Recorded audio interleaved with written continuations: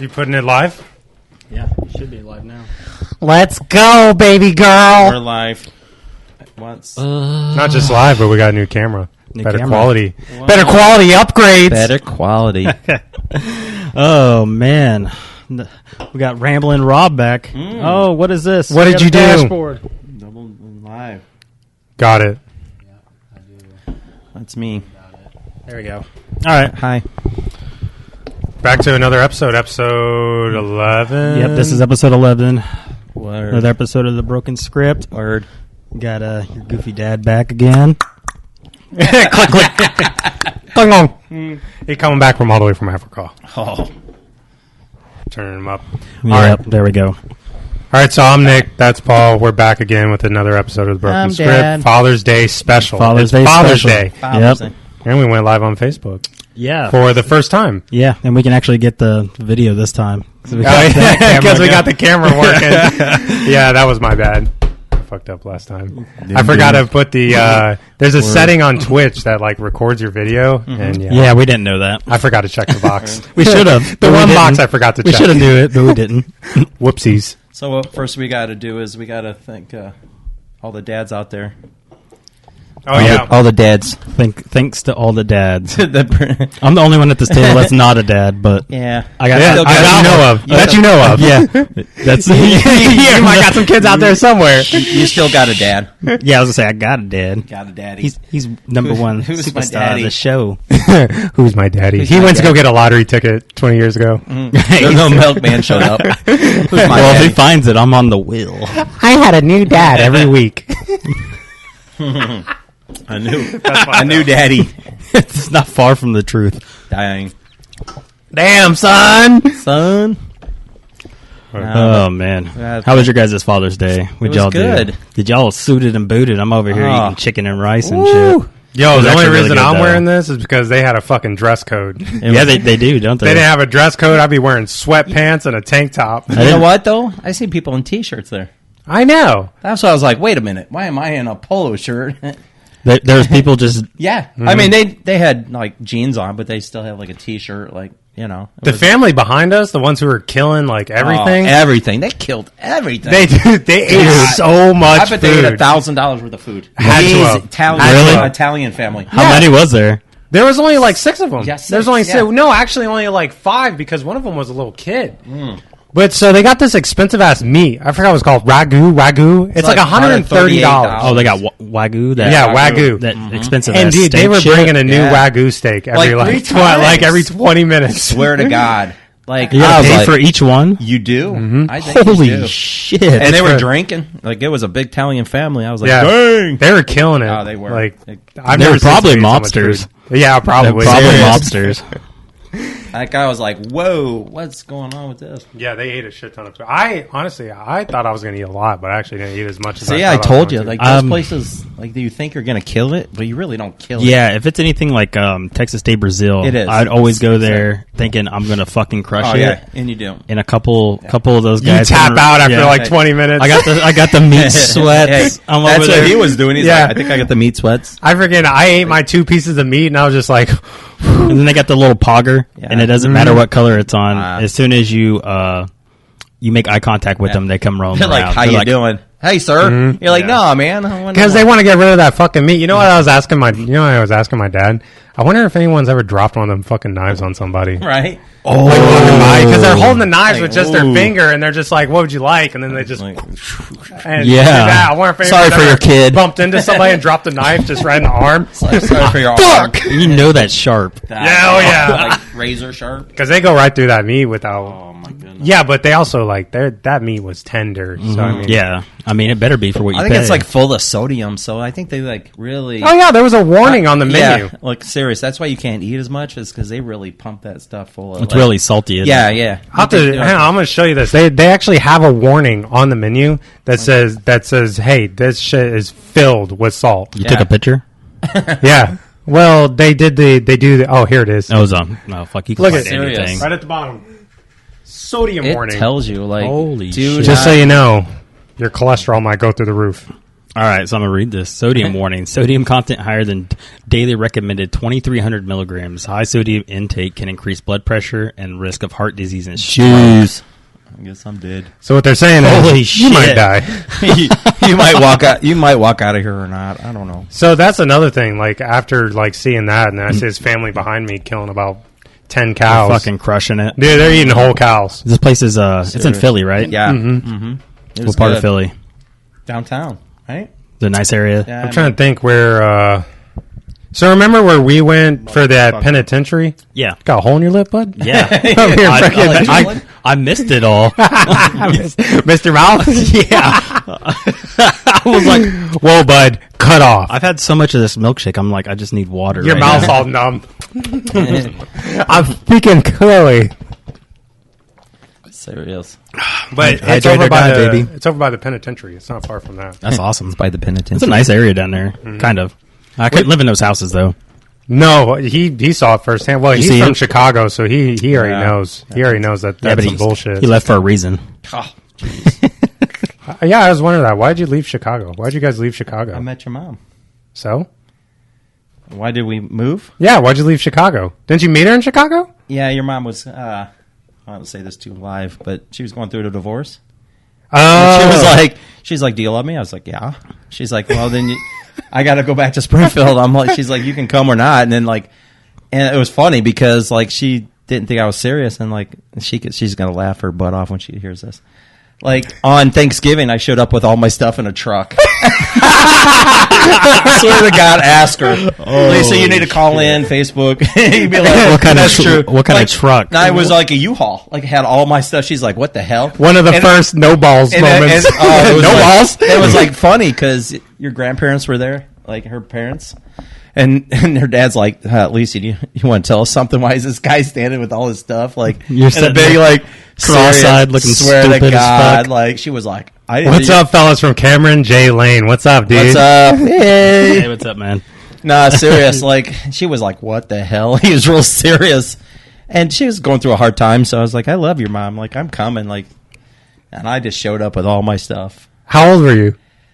God, I bet I was only 21. Oh, yeah, that's why. You know what I'm saying? Like, I was like, and my parents are like, you're retarded. Like, my dad's like, it was my stepdad, and he's like, you're retarded. You're going to go see to a woman you barely even know. Like, Well, fuck yeah, I 21. knew your mom. I mean, I knew your mom Yeah. a little bit, like not Old as enough much to as die like for this country. I mean. She's like, you're going to get murdered by this ex-husband or whatever, you know. Jesus. Like, God he was damn. like, I mean, he was like, my stepdad was like, you barely know her. She's going through divorce, you know. Like, let her get divorced, and then It was a different time back then. yeah, it was like, You just show up to your bye. porch with a shotgun. Yeah, it was funny. I just showed up, and she was like, "Oh, hey." I was like, "Hi." and Grandpa's like, "This douchebag," you know. Like, I'm just showing up with all my stuff. He's like, "Lisa, you want to tell us something about this dude?" And like, "Oh yeah, this is." You know, like, He said, howdy, neighbor. it was wild. We lived in. So how far is Springfield from here? like, wow, you know, like, Do I get to meet Homer? God damn. What's up, fuckers? yeah. It was good though. It was like in Pleasant Plains. It's like an hour away, or about 40 minutes away from Springfield. So Pleasant Plains. yeah, small town. That's where we lived. Was that? You weren't even a twinkle in your mom's eye yet. I mean, Jess was only 9 months old, maybe. Holy Right, shit. Lisa? She was young. I mean, she was little. So, yeah, Jess was only 9 months at the time. Your mom wasn't even pregnant yet. No shit. You were still Just- swimming yeah, around this just- like, sack. yeah, just a few When your years mom older got than me. pregnant, though, with you, she made me drive to get cheesecake. Like every 30 minutes, like you got to go to Oh my Springfield and get God. cheesecake. And then I get back and she's like, "I don't want cheesecake." I'm like, "What the fuck?" That's one of the fucking things I don't what miss is about wrong with women? pregnancies, Like, man. what's wrong with you guys? Like, first you'd crave for certain things, you get back like, "I don't want that crap. Now I want pickles." And Like, it's always like, what the hell? It's always at like the most weirdest hour. Oh, it is. It's like 9 o'clock, 10 o'clock at night. It's always Yeah. like- it must be like hormone imbalance or something. Oh, yeah. I'm sure I'm it not is. a female, so I don't know what they're going through, but Fuck, if you get pregnant, we're going to get rich off your ass. hey, now. Yeah, I remember I was like half asleep one time. I was almost like we were going to bed. It was time for Betty Bye time. Yeah. And I'm sitting there half asleep, and then I get Serious. and I turn, yeah. what the fuck? And she's like, "Hey, can you go to Sonic and get me a Hell get me a what was it? It was a icy." I think it was icy and a hot dog. Serious. I was like, I guess, yeah. If she asked you to go to Sonic around here, you'd be fucked. I know. Yeah, like you guys So drive like far 2 away. hours away. It's That like let one's me scoop up as much change as I can possible. I got to hit them tolls. Yep. Exact change. Then when you get back with it, they're like, I don't want that. Now I want something else. I'm like, Yeah. what the hell? It's like one of those movies you'd be God, like so- flying by and they got the bucket of tolls and you just throwing the change Yeah. out. Oh yeah.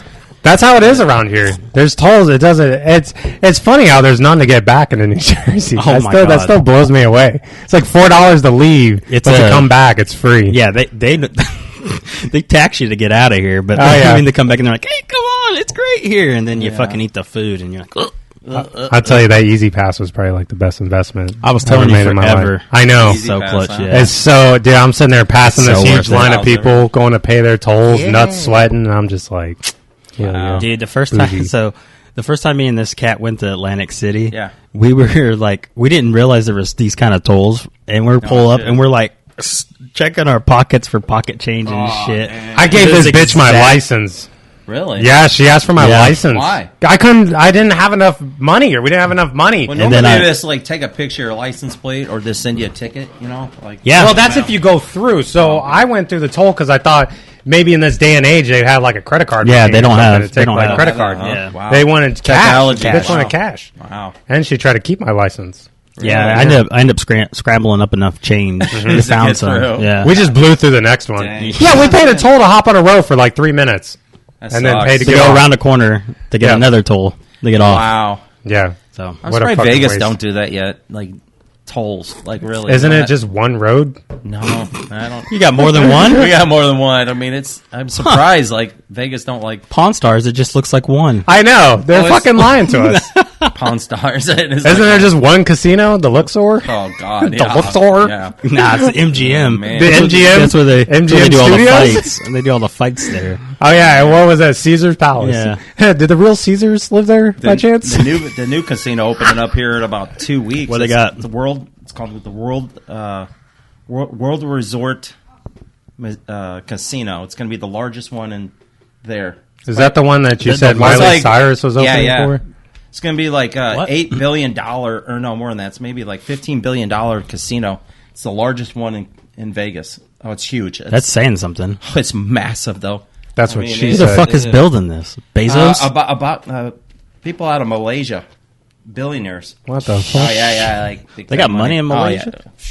somewhere. I guess. nah, it's just dang. some fucking old retirees from here dodging taxes. Probably. That's what it is. 100%. Yeah. They're trying to capitalize on that American freaking it's crazy. cha-ching.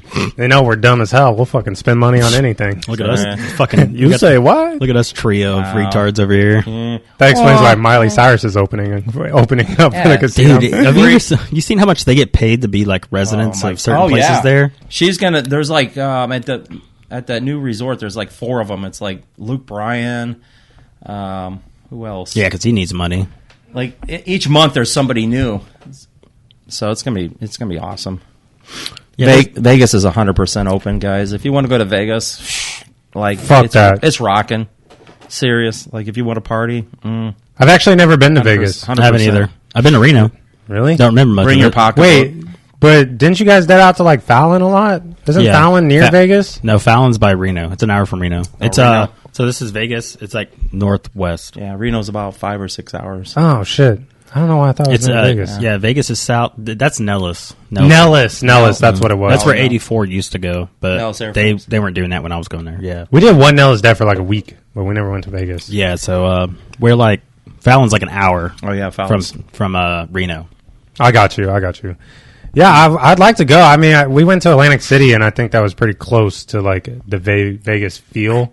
Maybe just not as busy. Yeah. Because they have all the casinos or like Reno is copycat. Yeah. small Vegas is all it is. You know. Really? Yeah, it's like a little So big town small. or something like that is what they call it. But if you want It's to not small- it's not experience, I big. mean, Vegas is where it's at. I want a hangover Dude, experience. I got fucking Yeah. turned in Reno. Really? Oh yeah, dude, it was Halloween. And What's I was- Halloween? What the- I didn't know it was 4 syllables over there. Dude, I bud. was trying to swallow spit. So- It was Halloween? Yeah. Halloween. I had a little bit of dessert in my throat. Real quick, before that, you know, speaking of Halloween, we watched that movie, Hubie Halloween. Hubie Halloween. Hubie Halloween. Yolks on you, big guy. A free breakfast. Rocky. I'm going to go Rocky style. Oh, man. So Oh, Jesus. we went there, and it was Halloween, and like we had a dude that was dressed up like a Top Ramen and all kinds of shit. One dude was Rex Kwon Do. Like Jesus Christ. Yeah. And I didn't dress up. I was just there to gamble and get shit housed all the time. Yeah. This was years ago. Last week. Yeah. I haven't drank in a while. So it was probably like 4 years ago. Yeah. And I went there in like 20 minutes. I turned like $100 into like 600 on blackjack. Dang, really? So I was like, well, I'm done. And then they had a club in there. Yeah. So I went to the club and it had a swimming pool. Nice. And then Holy they put out shit. this like glass top over it for the dance floor. And I spent all that money. You got stuck under there. Hey guys, I was I got 600. Let me out. It was 3 foot deep, but I was drowning. I couldn't touch the bottom. Oh, dude, we went to the. Speaking of swimming, we went to the beach like 2 days ago. That was fun. Dude, my son almost got sucked down in the ocean like four fucking. my God. His ass crack is hanging Jeez, out. I was And we're like, sitting there watching him run up to the ocean to play with the waves, Yeah. and it would catch him and like, he's Pull, gone. yeah. Oh wait, no, he made it back. I was like, oh, shit. That's horrible. Oh, there you go. No, he made it back. Oh, poor guy. Dude, those riptides are serious. I'm though. serious. They'll pull you right. They're bad in Virginia. Once they get you, man, you're done. I mean, if you're not a strong swimmer, Yeah, That water was it cold. will just swim keep- with it. yeah, it'll just keep pulling you. Yeah. And you end up drowning. Yeah. Where'd you guys go? Seagirt. Seagirt? Yeah. It's north of Long Beach. It was Just all right. north. It's like apparently it's where all the military go around here. It was a nice Yeah, beach. it was nice. Dude, they tried to charge us fucking $11 a person. per person Yeah, to get on like, this are you fucking beach. kidding me? $11 To get on the beach? To get Yeah. on the beach. Like you Yeah. want to go put your chair down and sit your fat ass out in that sun? Yeah. $11.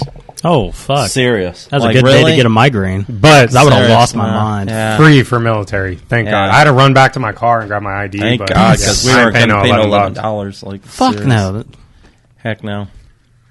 Dude, that's like $60 almost. Right. It's like, $55. heck no. Nah. Yeah, dude. It We was, didn't spend that much time, about 2 hours, 3 hours. yeah, we're only out Dude, there that for sun a will couple just take hours. it out of Oh, you. yeah. though. Honestly, it wasn't even the sun. It was just like there wasn't like a whole lot to do No, because it's the just water was cold. Cold. 50 degrees. Like your probably. nuts It are was up in cold. your throat cold. Yeah, like, it they're up does- there that trying water to does catch get them cold warm. this way. Vegas for is a while. Vegas, it was 120 degrees for like.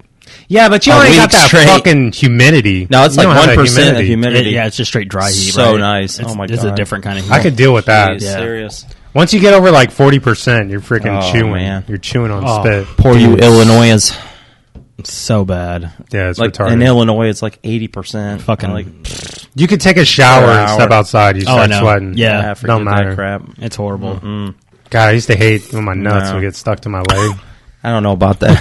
You ever have your nuts? That's a little weird. You never have your nuts get stuck to your Yeah. leg, and you got to figure out how to like get it unstuck without reaching down and grabbing. Oh, them? yeah, that's when you do the You got to goose do step. the you got to do the funky dance. The goose step. You Poor guy. He's Get that like, leg. What's You wrong gotta- with him? You got to drop it like it's hot. You go like this. I seen a meme. It was like footsteps in the sand. Yeah. and it was like foot. It was like that one right leg was like way out there. The funny is this guy's like his balls said- were sticking to his leg. The bottom of it said, "Guys will understand." We had a team back in Texas called BTS because it was real fucking hot out there. You're like, what does BTS stand for? It stands for ball sack stuck to leg. Wow, That's what it jeez. stands for. Nice. It's like it was our like volleyball team or some shit. Oh my god, that heat down there is different though. Yeah, you never know what you're gonna get. It's kind of like a little spin wheel. Humid. That's what you're gonna get today. The hell was that? I think she's over there force feeding herself butter butter. She's out there fucking cramming down some chips. Word. Whoa! We just got flicked off. But yeah, I also got Yeah, this play awesome that medal. for I us. forgot. Oh, I yeah. got this awesome medal. So best it came in a card. So nice. It was like hanging in the card, right? Yeah. I was like, oh, that's a really cool medal. And then on the inside, You it sent me a says- picture. I honestly thought you got that from Fugo de Chow or whatever. I was like, dude, they gave you one, but I didn't give your dad one. I throated the most meat, so they're like, this guy deserves a medal. Yeah. But yeah, no gag reflex. I started tearing the card apart. My dad's like, what the fuck are you doing? Yeah, I'm like, why are you ripping the card? Yeah, what a dick. He kept saying, kids are like, fuck the kids. I'm like, why? What's up? He's like, I gotta get this medal. I'm like, what? It said on the inside to open up the card, and then I realized that it's a little button, and you push it. What? That's so funny. That's so cool. It's Karate Kid. Oh, man, that's so awesome. awesome. I just realized my dad coming. Hello, other Paul. Your dad? Did you see what Ernest said? Yeah, what did he say? Oh, shit, we got more. Nick, you're small compared to your dad. Oh, shots fired. You weren't kidding. Howdy, guys. Now, We got Professor I Slow. am, but if we zoom in on the crotch region, you might rethink that comment. So let me. They're both small. I gotta tell you this story. My dad's gonna. My dad's gonna kill me. But my biological dad, Paul, not you, Paul. My dad's like, I was like, that's when you go, hello, son. I was about to be like, you weren't lying. I did have a boy out here. Dude, your kid's ugly as fuck. My dad is so That funny. means I'm your grandpa. Whoa. Wait a minute. Back on track, guys. Back on He's track. like, whoa, off the rails. Hold Yeah. up. So, like, he's You know what this kind of was. like, he's so open. Like, he's so like, he's like me. He's just like, talks. Doesn't matter. Oh, yeah, what he it- doesn't shut up. No, I mean, it's Hey, like, don't shut up. Dad, sorry, but you just talk. And, like, he just says whatever's on his mind. Like, last year, on Father's Day, I sent him a nice Harley t-shirt, right? Mm-hmm. Like, it was really nice. It had, like, a little coin, like he likes. He likes to collect these little Harley coins. Why are you slurping there, buddy? Damn. So, anyways, he gets You know he's how like, else he is? You know how else he is? He's like, hey, Rob, so how was your day? You have a good day today? I was out in the back, and then I started mowing my lawn, and then it really started raining! yeah, he gets, like, super loud. Like, Dad, I think you need to check your hearing. You know, like a locomotive. Yeah. It's like building up the steam. Yeah. He gets so excited. But anyways, I get him this. I'm getting my this $4.50 worth. So I get him if you like guys hear this, me slurping. like this nice T-shirt, like, and I'm like, he gets excited. Yeah, he got it. He's like, yeah, but it's a little big. I'm like, well, I don't know what size you are. I'm like, I just got like a large, I think. He's like, no, I'm like a medium. I'm like, okay, well, send it back and I'll return it and get a different one. He's like, no, I gave it to Mike. I'm like, what the fuck? Like, what do you mean you gave my Father's Day to Mike? Mike's my Who's Mike? sister's husband. Nice guy. Cool. Who's Mike? He's the homeless guy down the street. He's like, I gave it to Mike. He's like, because he wanted a Harley shirt. I'm like, but why would you voice that to be like, okay, like, it didn't hurt my feelings, but I was just like, wow. Like, He cried for an hour. I was like, Dad, I'm like, this, you didn't have to say that. You could have been like, it's really nice, and if you give it away, you give it away. But you don't voice your opinion. You don't voice that you gave it away, your Father's Day gift to. I was like, oh, okay. Your brother-in-law was a better father. This so year, this. I got him a gift, but he hasn't got it yet. I thought he'd get it before Father's Day, but I got him a card and something else. It wasn't a shirt this time. Sorry, Dad, but you burned your bridges on that one. Can he give it away? Hey, I don't think he'll give this one away. Yeah, I'm really happy people don't ask me what I do with my birthday card money. Like, hey, you get my card with the money in it? You used it well? Yeah, I gave it away. Some really nice lady on a pole. It was great. Hey. She would appreciate it a lot more than me. But She had one of those swipe readers in her butthole. the only reason why I told you, I love my dad. He's a great guy. He takes care of his family and stuff, but he just talks too much. Like, Yeah, me. he's just... Yeah. He's so... We see where you guys. He's get it just from. really... Yeah, he's so boisterous. Loud. Like, yeah, he's loud. He don't care. I mean, he's retired. He don't care. He's just like, whatever. I mean, you get to a It is certain what age, it you is. don't give a fuck. Nah. So anymore. when you're sitting in 310 and you can hear some loud retard yelling next door? Yeah, that's where I get it. Serious, man. He'll talk so loud, you're like, dang. And he won't even... You're like, is he mad? No, that's how he talks. You don't even realize the buildup. Just 1 second, he's like just totally normal conversation. Yeah. Next second, he's freaking screaming at you, Dad, yelling his... What? And then he'll get upset a little bit and be like, what? I'm not screaming. Yeah, you are. You're screaming. No, I'm not.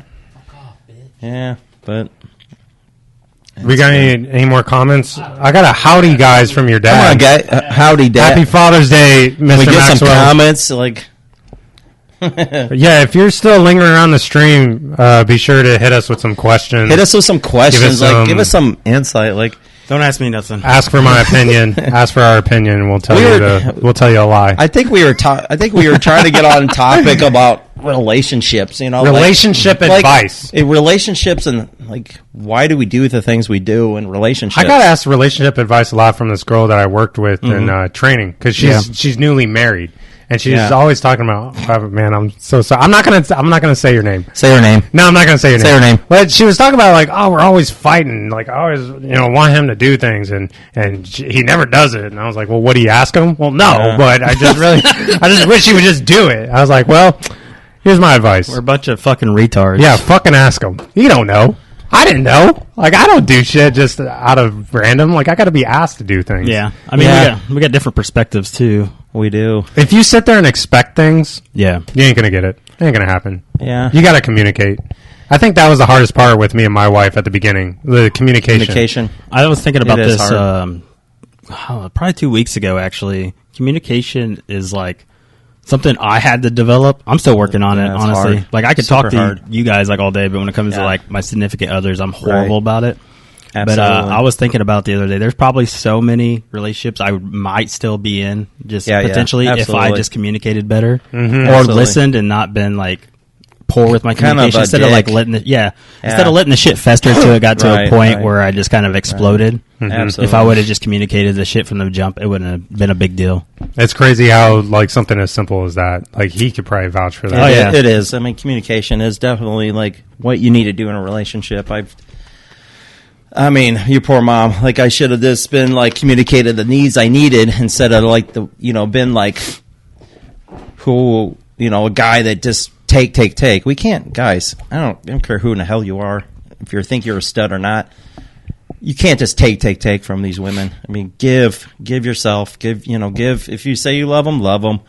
If you don't, let them know I don't love you. Yeah, like, it is what it is. But be open. Like, don't go behind their back and do stupid stuff. Don't think you're going to hide. Eventually these women are getting smarter and smarter. I mean, they're smarter than us. They're I mean, kudos on you women. You are smart. I can't take a shit without my wife knowing. Serious. You sneeze, they know. Yeah. And they know. Oh my God, can you imagine? Get a text. Bless you. Asshole. I know what you're doing. Like, serious. I mean, your mom can vouch for the stupidity things I've done in our relationships. In our relationship, me and her. You had more than one? Yeah. No, I mean. Oh, Jesus. I got into a fight with Haley because I came home in Texas smelling like perfume. Oh, damn. I came home from work smelling like perfume. What happened was a girl that I worked with had sprayed her perfume, and I'd walked through it by accident. She was doing the spray, and then you walk through like that. I came through the door. She was glamming up? Yep. I came through the door. She did that, and it went all over me. I came home, and she's like, why the fuck do you smell like that? Wow.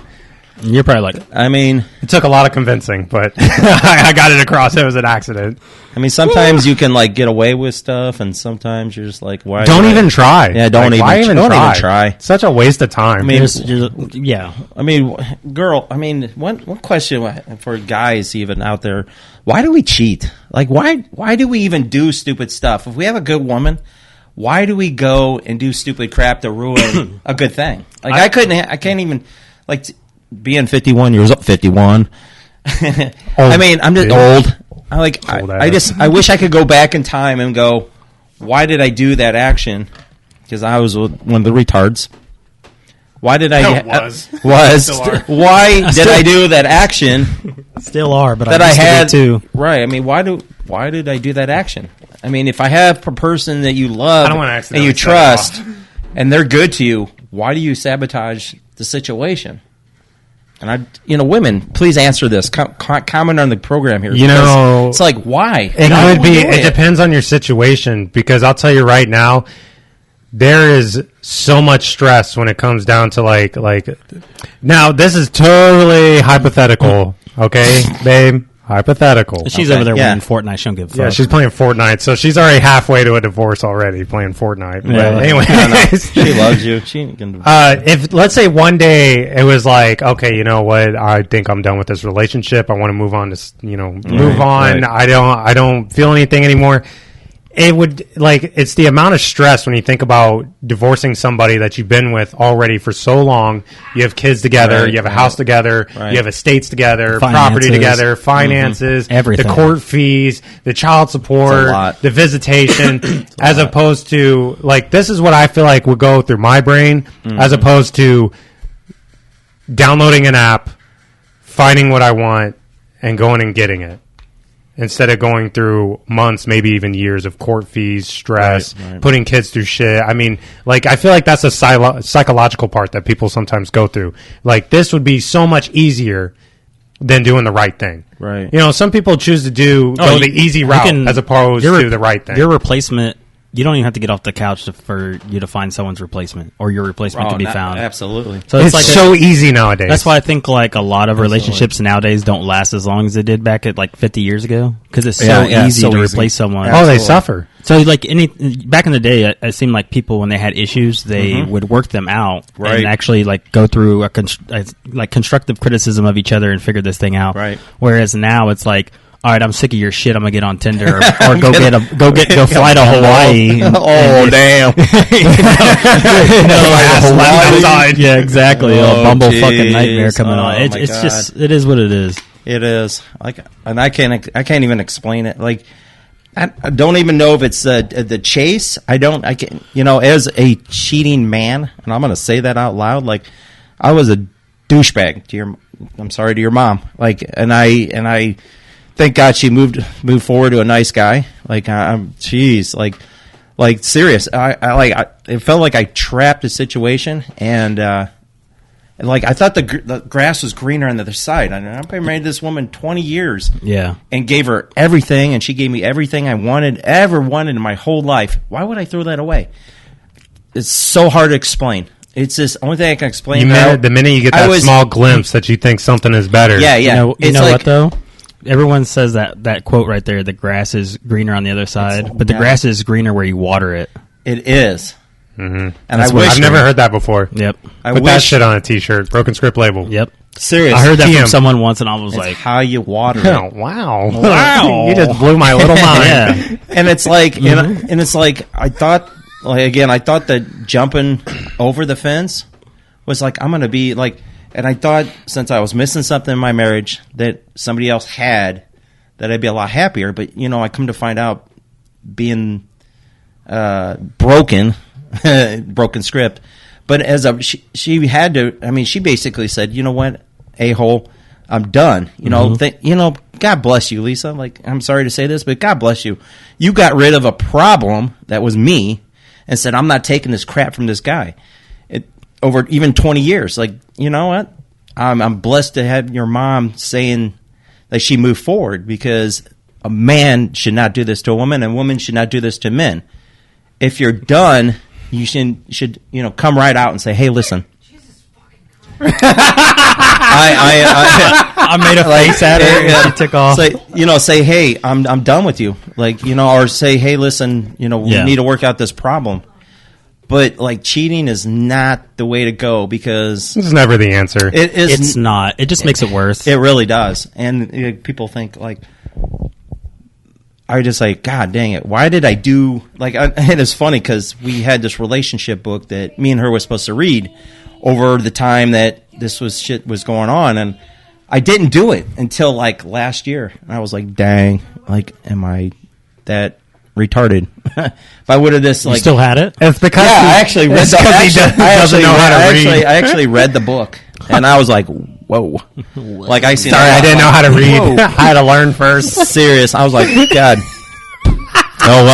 They got this place called Barnes and Noble. I learned how to read real quick. So these are words. I had no idea.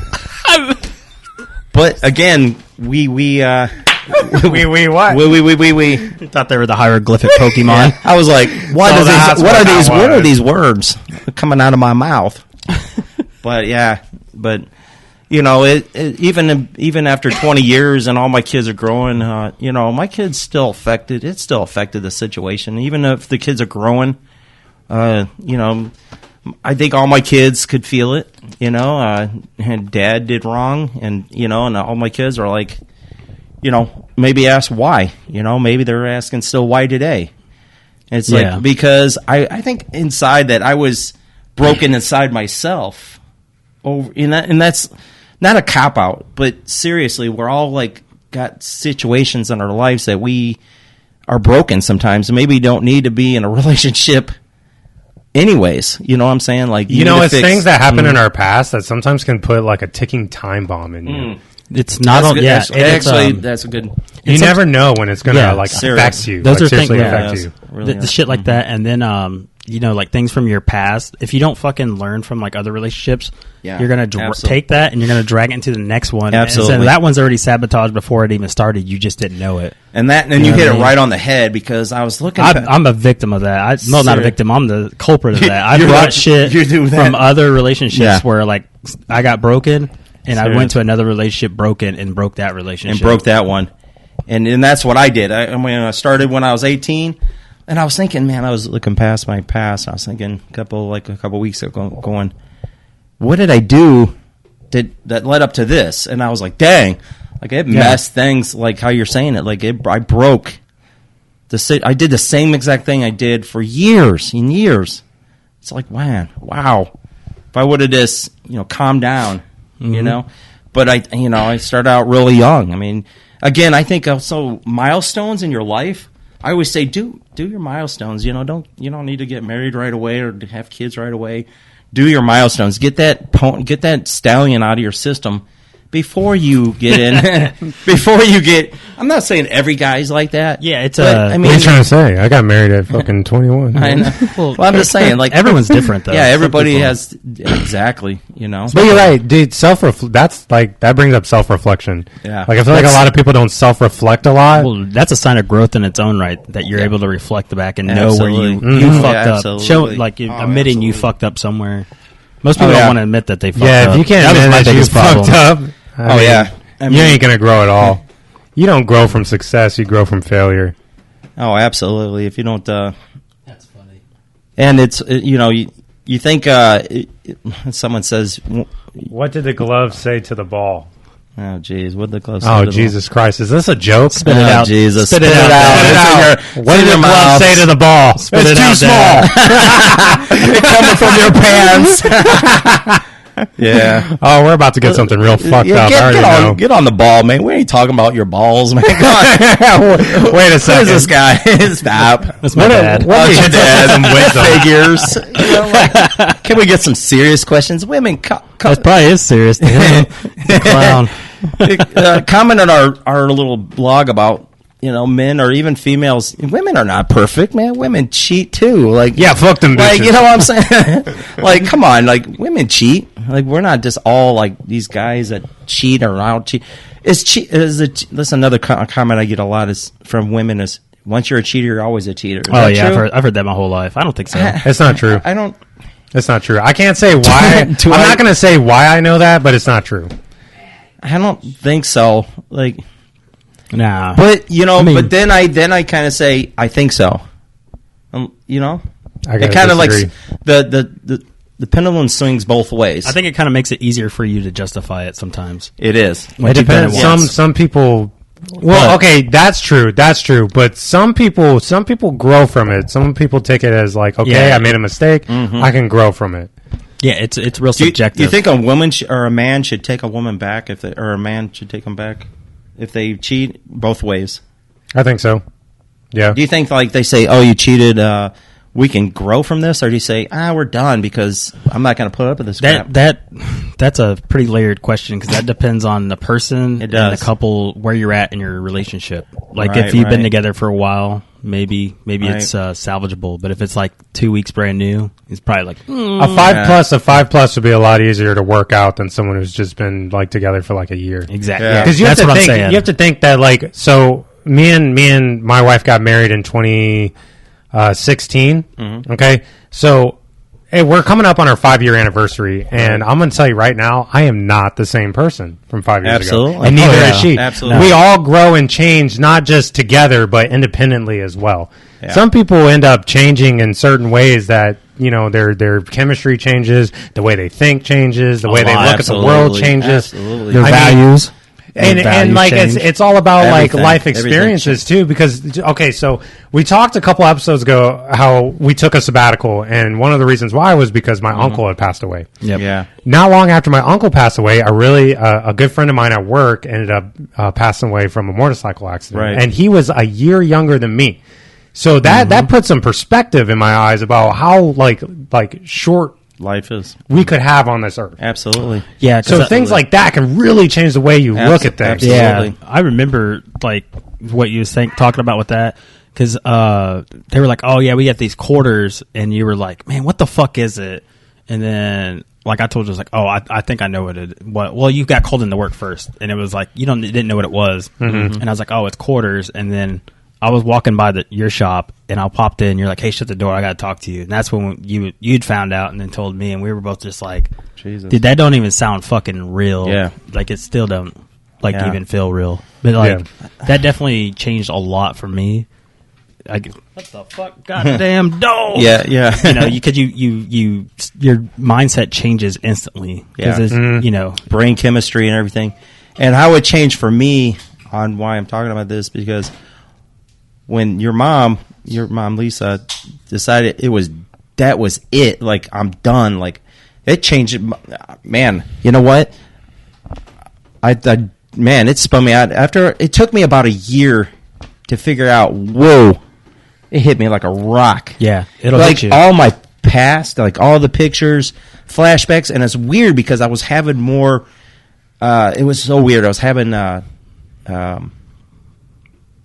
like when I sleep, I would have not nightmares. I would have visions about her more and more and more and more. Oh, your brain was just on that track. Yeah, it was on a track. Like I couldn't get her off my mind. It was like it was things that we went through, or this everything. And it was so weird. Like it did a damage on me, on my brain. Mm-hmm. I was like, whoa. I was like, I put this woman through this mess. Like now I'm just like, I'm feeling the guilt. I feel the pressure. I'm feeling like loneliness. And I'm like, open the floodgates. Yeah, once they say they're done, it like hits a little different to you. Yeah. And then it's like you start reflecting on shit that you were like, man, if I would have took this way or this opinion way, this whole thing would have went another direction. Absolutely. So. And people still today say, you're retarded. Like, why did you give up on this? And I'm like, I was a broken inside. I had so many, things going on from my childhood. From my dad had my stepdad, not my real dad, but my parents were divorced. I had a stepdad that was a very abusive man. My sisters Valerie and Nicole, they can say, "Oh, your dad loved your mom." My stepdad, no, he was an abusive man. Cheated on her all the time. So my brain, my chemistry. So whatever you talk to your children and whatever you do is going to instill in them later in life. We call them dimensions in our brain. And I used to talk about this all the time when I worked at this juvenile place. Your dimensions, these kids pick up everything. And my stepdad was so abusive. Like he would beat on my mom. He would cheat on my mom. So I was never a beater. That's one thing I can say. Lisa, you can say that too. Never abuse her. No, because you get the T to the face. Oh my! Lisa would knock the shit out of you. Serious, that large T that I talked about last. Serious, the cheating part I think was being instilled in my not my DNA, but my brain waves. I'm sure it definitely was catching me. It played a part for sure. It did, 100%. But then later, of course, we always, like you said, making excuses or say, it's because of my past. You have to take ownership of what you did. Oh yeah, look in the mirror and say, I cheated. Period. You didn't. No one made you do this. Like Lisa said, no one made you do this. Absolutely. And I remember her saying this to me. And now after so many years, us being separated, I can see her point. Mm-hmm. And I can see what she went through. And what I put her through. And boy, it took a toll on me. I'm not kidding you. There's there was sometimes I just wanted to jump off that cliff. You know, you talk about suicidal. Oh my God. I'm not saying I was going to put the gun to my head, but I'm telling you what, it hurt. It hurt bad. Yeah, it's a different kind of hurt too. Probably I couldn't. I've never been with anybody that long, but I'm sure even just a couple years of a relationship, it's a what do you call it? A cultural shock. It is like a big shock. I mean, you got to think about it. Everything, your whole day life outside of work and stuff revolves around this person, and then your inside jokes. Everything that you have is your safe zone is gone. Absolutely, because you made an action to basically seek, whatever you were seeking from someone else. Yeah, and like I ran to a person I thought was gonna be my next relationship. Yeah, that's why I ended up in Vegas. I didn't end up there on choice. I ended up there. I thought the grass was greener on the other side. And Lisa, you could probably laugh your butt off. You're right. Like it's not greener. Wow, what a mistake that. So, and kudos on this guy. Your mom's with Pat. Great guy. Great everything. Great that she found someone that is not going to cheat on her, not going to do stupid shit, that's going to be honest, going to be upfront with her. Kudos on that. I'm glad she's with somebody that's great, because my fucking dog bothering there's so many. No, he cracked his fucking head off. There's so many douchebags out there that could have treated her like crap, and I think Jesus that she's with somebody that's actually going to treat her halfway decent. Now, do I wish I was back with her? Oh God, man! Duh. But I know that relationship has moved on, and I'm not going to sabotage it. I got my own life now, and I'm really happy and doing my own thing. But again, got to get the fuck out of Vegas. No, I love Vegas. Wow, I love Vegas. Loves Vegas. Love Vegas. I finally. I love New Jersey. Dude, I love Vegas. I'm not saying I like Vegas women. I just love Vegas, period. I like the heat. I don't like cold at all. Really? Finally took a new job. Yeah, I finally started a new job. I'm at the prison no more. I'm at UMC Medical Center in Vegas. This is his... Nah, I don't go through that. Hold on. Oh, look at that. It's 1,463. Jobs? Job. He worked with a Mexican one summer. Mowing lawns. I went through... Oh, shit. That's racist. That's not that many jobs. If it's comedy, does that make it okay? It's not that many jobs. One thing but all my like it better? I do. I like it better. Yeah. All my retirement has moved...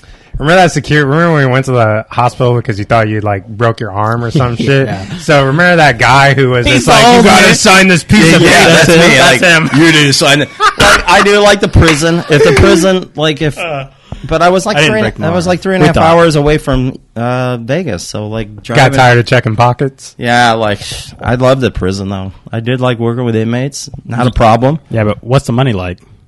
The month? You mean at the hospital? Yeah, the same. The same? I'll be actually making $1,200 more because I don't have to pay for my retirement. They pay for 100% of my retirement. So on my retirement from the prison, it's called PERS. It all transfers over to the hospital. So yeah, it's gonna be. That's pretty dope. Yeah, it's pretty cool. And we'll see. I mean, hopefully it's what I is looking for and everything. You start that in July? No, I start that. Well, I already started. I went through one part of the orientation, and this Friday I start with my FTO. Damn, you're going to be working around a lot of nurses. Good luck with that. That's Scrubs are like a kryptonite of mine. So yeah, I'm all right. Really? Good. I like butts. Like booties? Like booties. Nothing like seeing some scrub butt. You got to be careful. You got to be careful when you... I don't shit where I eat, though. Yeah, exactly. You got to be careful when you do all that because... I look, but I ain't. Yeah. I'll take a fat shit. Sexual harassment type crap. Right in the bathroom. I don't give a shit. Yeah. Well, I don't know what he's talking about now. He's talking about pooping his pants. It's kind of weird. I know what he's talking about. Yeah. That just reminded me when I met my wife. I shot where I ate. I took a fat shit right where I ate. I didn't give a shit. I didn't give a fuck. Yep.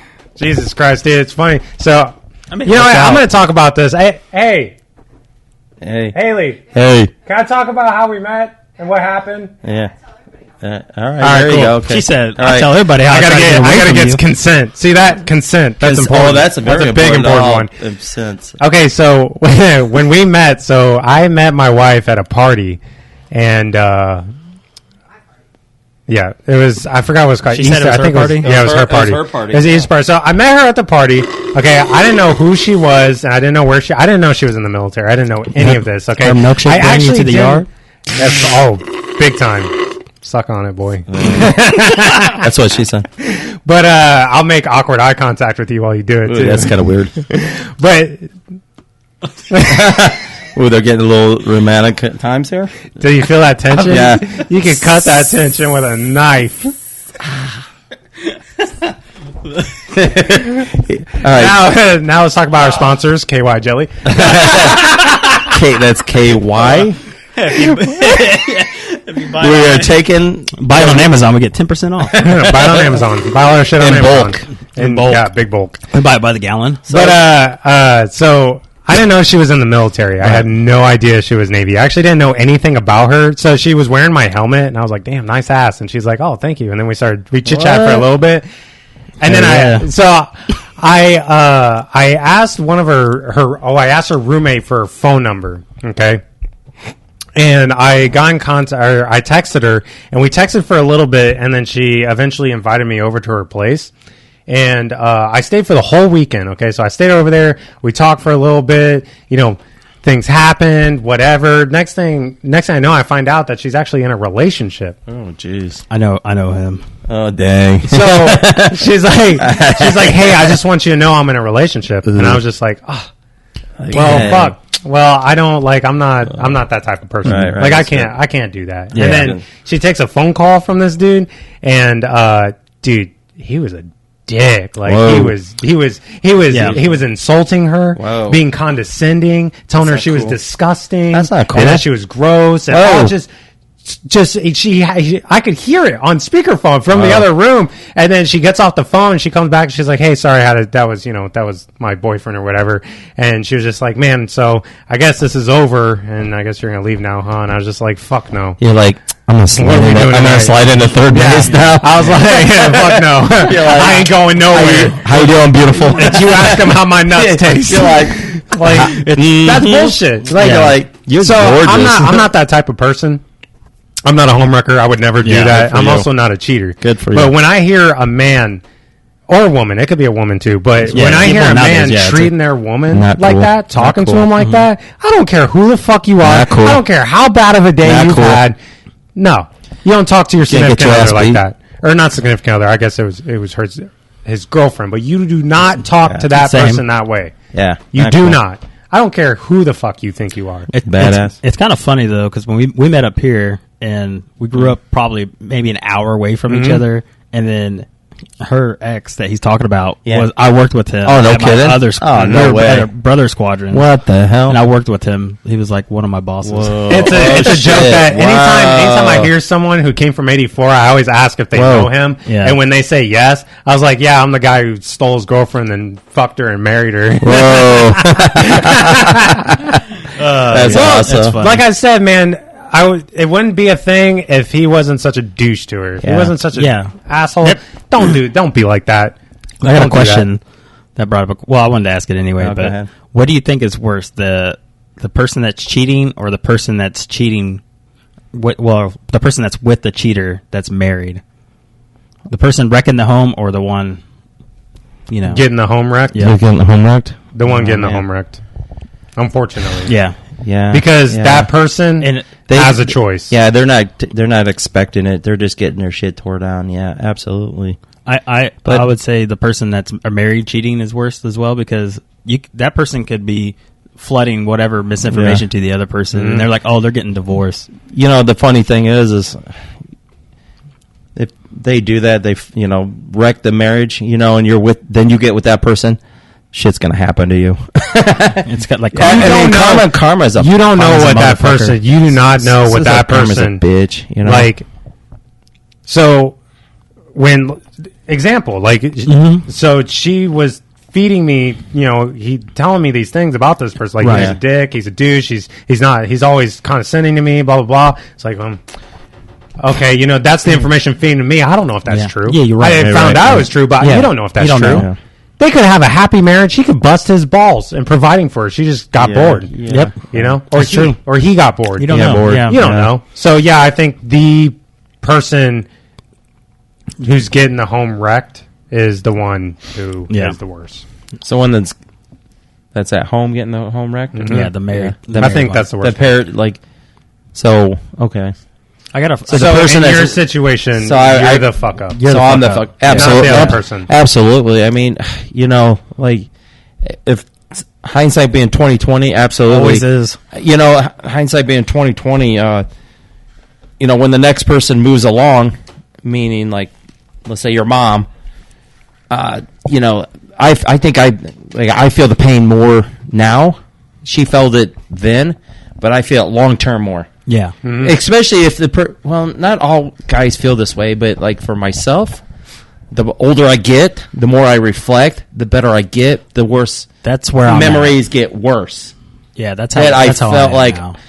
I should have done this. wiser. I should have done that. I should have moved this way. You get wiser. Yeah, and I think a lot of the stuff that I'm doing, you know, with my counseling and stuff that I'm getting, because I had so much shit I just never got over. It's definitely I could feel myself changing, and it's only been like coming up on 3 weeks. 3 weeks. So like, you know, I could feel myself changing because I'm starting to get over these past transgressions that were outside of my control, but I just fucking held on to them, and then I just reflected that bad energy on the other people. And like counseling is absolutely a real thing. Like, dude, guys, women, do it. Like, if you need counseling, do it. You know, that was actually one of the advice. So the person that I worked with asked me about marriage counseling, and so the person she married had done it before with his ex-wife. Oh, he's a and he was like against it or whatever. And she asked me what I thought of it, and I was like, "Dude, fucking do it." Yeah, if they're against it, me and Hay weren't even having problems, but we're like, let's do some marriage counseling, Absolutely. and we did it. We did it for a while. Oh, it was great.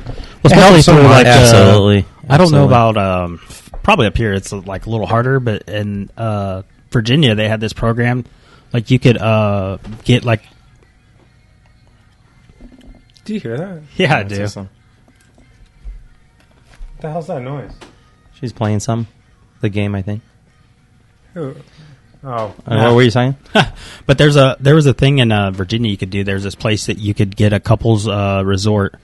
Nice. It was like a couples getaway. Absolutely. You and your wife could, you know, like go away to this resort in town, like a local getaway. Yeah. And then it's part That's of like really a cool. fleet family and shit like that. Really? Yeah. People need that. People need to reflect, like, seriously. And then like counseling and stuff was obviously. So that's one of the things that the kids kind of like drive a wedge. Like they like do but don't drive a wedge in the marriage because that becomes a main focus. There's no more vacations. There's no more. Absolutely, kids. You know, you kind of have to sacrifice some things a with lot the marriage. of sacrifice. Yeah. Well. Yeah. I mean, that's the shit part. Yeah, that sucks, and it also depends on like what your income is. There's so many different variables too, especially if you're like beginning and like you're low man on totem pole wherever you're working. You know, like vacations probably aren't going to be a part of your future, right? Immediate future, but you know, once you start moving up the ladder, then that's one of those things you can start incorporating later, probably. You know, have like a once a year we're going to go do something, but you know, not everybody has that luxury though. Like I was doing counseling and I was manipulating my counselor. Isn't that weird? Yeah. You know what? Like I was like manipulating like her, make it seem like you like I was like being better, and I was just as worse that person. Yeah, and I was like not true to myself. Like I really needed to hit rock bottom, and bless your mother to say, "F off, I'm done, crushed, gone, goodbye." Like, and you know, I'm not even sad about it, but it is what it is. And without that happening to me, I don't think I would have stopped. Oh, I think I needed that crush to stop me. It's kind of like a drug addict. A person addictive won't stop unless they overdosed or to a point where their life is just like so gone. You know what I'm saying? Like, and it's sad, but that's how sometimes we have to learn the worst. Yeah, that's so annoying. Hang on, I'm going to go see if I can fix that. But yeah, I mean, don't you think? Yeah, well, and two, it's like, so like we could be going through the same thing, you and I, right? Right. But your rock bottom might be different than mine too. Exactly. So it's kind of hard to tell somebody what they need to do until they have to find the rock bottom themselves. Right. It took me a long time to learn that. Mm-hmm. Everybody has different rock bottoms. Yep. Some people have to go to prison. Some people have to go to rehab. Some people have to just lose everything. Keep digging. Yeah, you might find that rock shell a little quicker than me, you know. And then you might never find it at all. Yeah. And then be digging your whole life. Yeah, you just be digging your whole life. Well, I mean, you're definitely going to be doing that too if you don't ever, if like you were saying, you're manipulating a counselor. If you're not true to yourself and trying to figure it out, you're never going to fucking fix it either. Yeah, absolutely. I was absolutely just doing things that, you know, we were seeing this counselor, me and her at the time. It was our pastor. It was like a pastor of our friends. Mm-hmm. And they were so like passionate to keep us together, and I was just like, yeah, and I would do things to kind of manipulate the situation, and I would just find myself in the same situation all over again, over and over. I'm like, God dang it! Like we do that a lot as mechanics. Don't understand why we as humans do that. We manipulate situations to think it's bettering ourselves, but it's making things worse on the person or even ourselves. It's like it's kind of like Stockholm syndrome too. It is. You know what I mean? Whoa, what? You know well, no, it's like that's like you could be in a bad situation, but you're so used to it, like you don't want to leave it. Absolutely. Or you don't want to get away from the repetitive behavior. Yeah, I guess it's like the definition of insanity. It's like doing the same thing, expecting a different result. Yeah. But how do you tell someone that you're really sorry about everything you've done, but they don't believe you because that's you can tell someone your truth, and if as long as you feel it brought closure to you, right? You just tell them. They don't have to accept it, or they don't have to. That's true. You have to bring closure to yourself. You can't force someone to believe what you're saying. You know what I mean? Right. Because they're going to believe you or they're not. Yeah. I mean, maybe it might take them. They might tell you to fucking eat a dick now, and a year later, like, he was fucking sincere. His mom, I'm really sorry for doing this at this time, but didn't do the same. And she's just like, I'm not gonna believe anything comes out of your mouth because it's obviously a lie, And now I was like, dang, man. Like, also, time is a huge factor when it comes to stuff like that. Time is the one resource you can't get back. You gotta give it time. Like it takes time. It's all about time, man. You can't sit there and be like, I've changed or I've done this, I've done that. I'm going to do this. I'm going to do that. You got to show it. Got to show it. Just give it time. Live your life, live in your moment. And then in time, people start to realize, hey, he's really growing as a person. Mm-hmm. You know what I mean? Let people think what they want to think. That's how I feel. That's how I feel about it. Because I know people have passed judgment over certain people in my life that don't need it. They know. They know. Like, if a person made a mistake, they know they made the mistake. And if they're not, talking to you about it and you're passing judgment across them without having a conversation with that person, you're just as big of a fucking asshole as they are. You know what I mean? Exactly. Yeah. You can't do that. You're being the exact thing you don't want to. If you can look me in the fucking eye and say that you've never made a mistake a day in your life, full of shit. You're a liar. Full of shit. Full of crap. There's no such thing as a worse mistake or a better mistake, or this mistake wasn't as bad as that mistake. I mean, obviously, if you kill somebody, that's a pretty bad mistake. But in terms of cheating, everyone has their moments where they do something they probably shouldn't have done, and you can't pass judgment on people for making mistakes because we're human. Everybody's human. Always like those people that are like, I've never lied a day in my life, and I'm like, well, I found a liar. Right You're a liar, you bitch. Liar. Everybody's lied. Yeah, I've lied so much. I remember being 16, 17. I remember being 17 years old, coming home drunk as fuck off my ass. Well, wait a minute. When was this? 16, 17 years old, and I remember my mom sitting in the living room watching. Oh, God, I forgot what show she was obsessed with. Some fashion show. Oh, yeah. And watching the show, hey, how's it going, Nick? And I was like, hey, Mom, drunk as shit. Yeah. And go upstairs and pass out, I mean, it's a mistake. It's a horrible mistake. I shouldn't have done that. I lied about it, and I thought I was doing you were slick Rick. Sick, Rick. You know, people gave me shit for it, but I mean, I'm fucking 60. That's okay. Yeah. Jeez. Yeah. I got caught though eventually because my mom found the empty bottle of Captain Morgan in my drawer. Oh, jeez. I remember Where did this come from? Oh, she must have hid that from me. Oh yeah, she found a lot. She didn't tell me that. She found well, yeah, because you would beat my ass. Probably. She found a lot of shit. She found a lot of shit in my room. You caught me smoking weed once. Yeah. I have my window open and he comes, "You smoking weed?" And I'm sitting there, "No." Yeah. I was caught red-handed. Oh shit. Yeah, we do some stupid stuff. But yeah, everybody makes mistakes. Look at me now. Look at me now. I'm 8 years in the military, 2 kids married. Yeah, it's great. Greatness. Would never guessed it. Never guessed it. I mean, like think the about security it. guard at the school, you told eat your dick. Oh yeah, he did. I told him, man, go F off. But like, you know, like think about your past. Think about how big of a fucking degenerate you were, and then look at you now. Yeah. You know, you never would have guessed. Yeah. I wish some people that were in my life, like even 3-4 years ago, were like could see like the growth I've had since where I'm from then to now. Absolutely, they wouldn't even know who I was. Right. But that's where we talk. That's where you were talking about closure. Mm-hmm. Like sometimes we need that closure. Like, hey, I fucked up, but look at me now. Look at me now. Look at me now. Look at me now. I got my pancakes. I'm getting paper. I'm getting paper. Look at me now. But and in order to like really grow as a person, you kind of do have to hit rock bottom. You have to hit your shit. You have to hit, like he's saying, everybody has their own rock bottom. Everyone has their own rock bottom.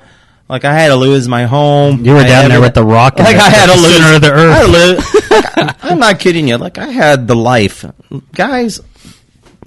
I am not the role. Like you don't know I what have you to got say, I'm the gone. role model now. But back then, I was not the role model. I was pretending to be the role model. Like I had the home, pretty good looking wife. She wasn't like the 10, but she wasn't ugly. She had a good job. It reminds me of the Hodge twins. You know what I'm saying? Like I had like tens of the worst. I had like good everything. I had a good job. There's more than just looks. Just it was just, you know how what happened to me was this is how Facebook is so like I'm gonna bitch slap the guy that made it. Like the only reason, fuck you, Zuckerberg. Yeah, we're on Facebook right now. I mean, I'm serious. Fuck YouTube. Like I like 4K. I like Facebook, but then I hate Facebook. But mine was this. My high school sweetheart just popped up on my Facebook one day. Oh shit! And I was like, whoa! Like, hi, and you know, Messenger is evil as hell. Like I was like, how you doing? Like it just started with a hi. It could be, and then just it was like, you got to remember, like I was with this person when I was in high school. Holy shit! You know, like your senior year, like, that's a long time ago. Hit you with that grease. You know, like everything, all those, you know, all those memories that just pop up in your head, and you're just like. Oh, I just see him fucking visualizing himself as John Travolta. Yeah, serious. Like, his car. And I was like, and this is where the marriage like just went out the door. Like my morality just went out the door. I was like, well, hi, you know, just started with a conversation, and then it got deeper and deeper and deeper, and then of course, being manipulative type person.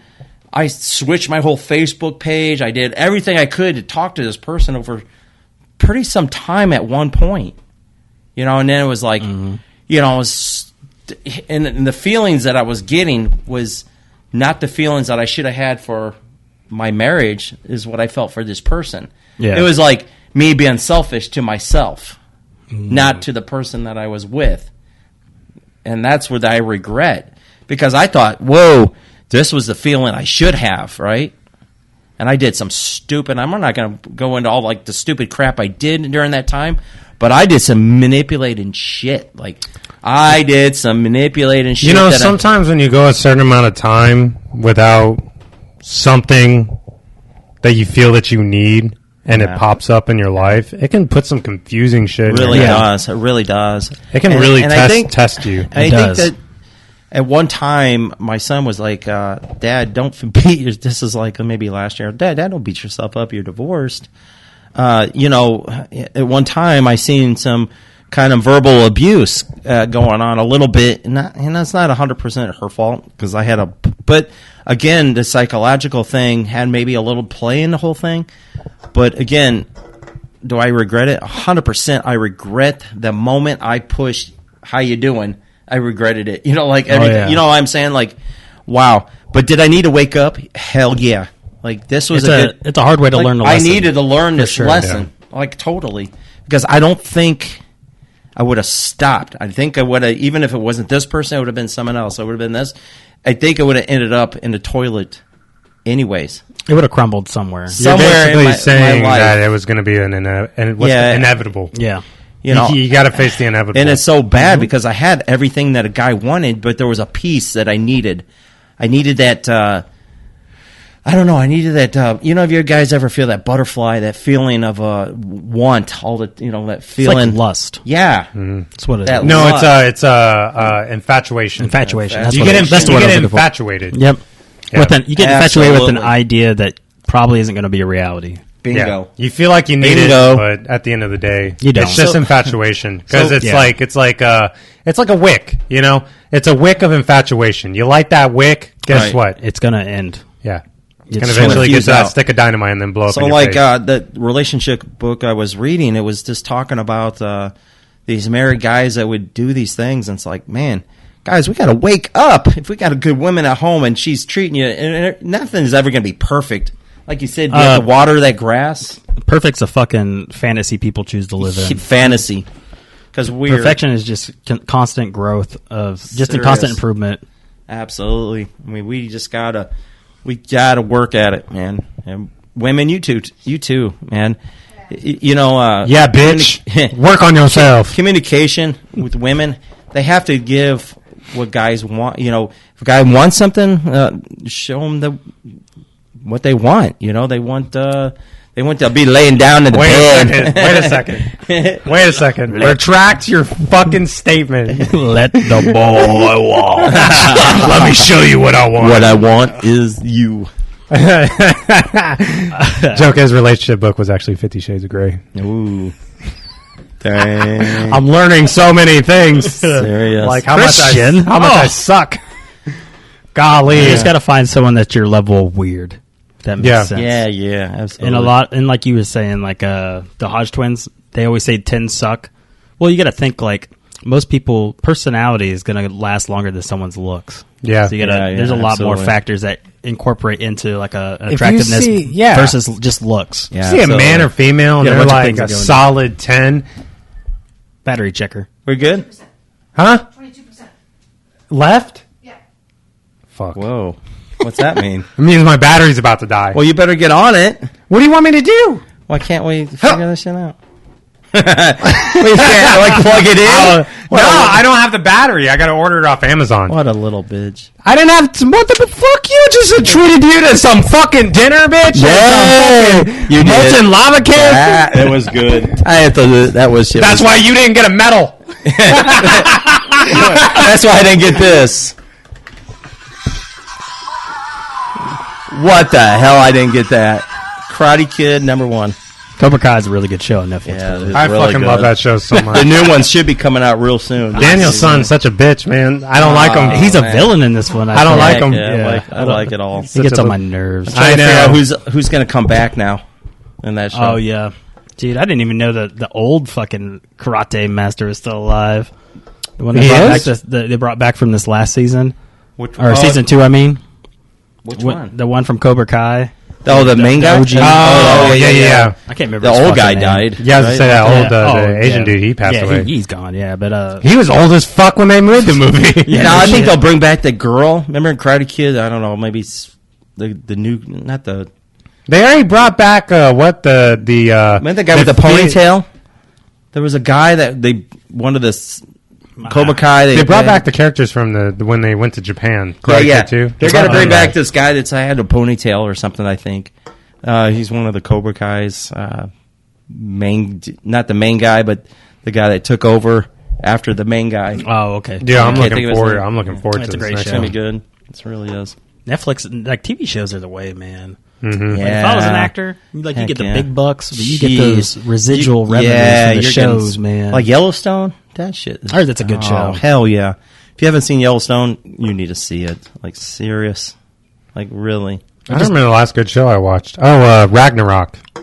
I watched an anime that was called Record of Ragnarok. I binge watched it in a day the other day. Oh, really? Yeah, and it was like the gods of fucking basically all mythology versus like humans throughout the entire history. Oh shit! And Zeus was fighting. Thor went in first and was fighting this one like legendary guy from Chinese folklore, and then the two Zeus versus like Adam, the very first human. Dude, this sounds awesome. It was actually pretty legit. Really? That sounds awesome. What's this on? It's on Netflix. It just came out. Really? Yeah, it's a cartoon, but it's pretty good. Actually. I'm gonna have to watch it. I'm gonna have to get that from you. That sounds awesome. Hey, just so everyone knows, if the camera dies, I'm sorry. I don't have a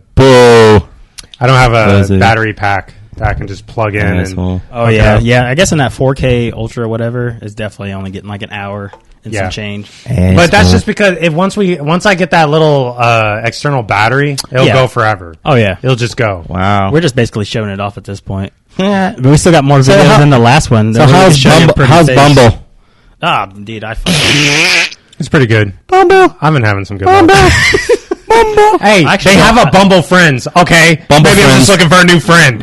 I don't even have Bumble anymore. Actually. What? No Bumble no more. Fuck, what is this? That's a cell phone. He's like, I need we need a Bumble Friends. We should make our own Bumble. Oh man, Broken Script Bumble, looking for friends, looking for guests to bring on the show. Dude, you actually weird motherfucker. You probably get better luck doing Facebook dating than you do Bumble. Probably do. No, Facebook need some dating. glasses? It's a camera. I know. I'm just seeing because one corner says 3 hours and 18 minutes, and it says 17%, and then you've been recording for an hour and 15 minutes. Yeah, so 3 hours and 15 minutes is what we have left. The 17% is the battery life, and the 1 hour and 14 minutes is how long we've been recording. Dumbass. That's what I. Whoa! Shots fired.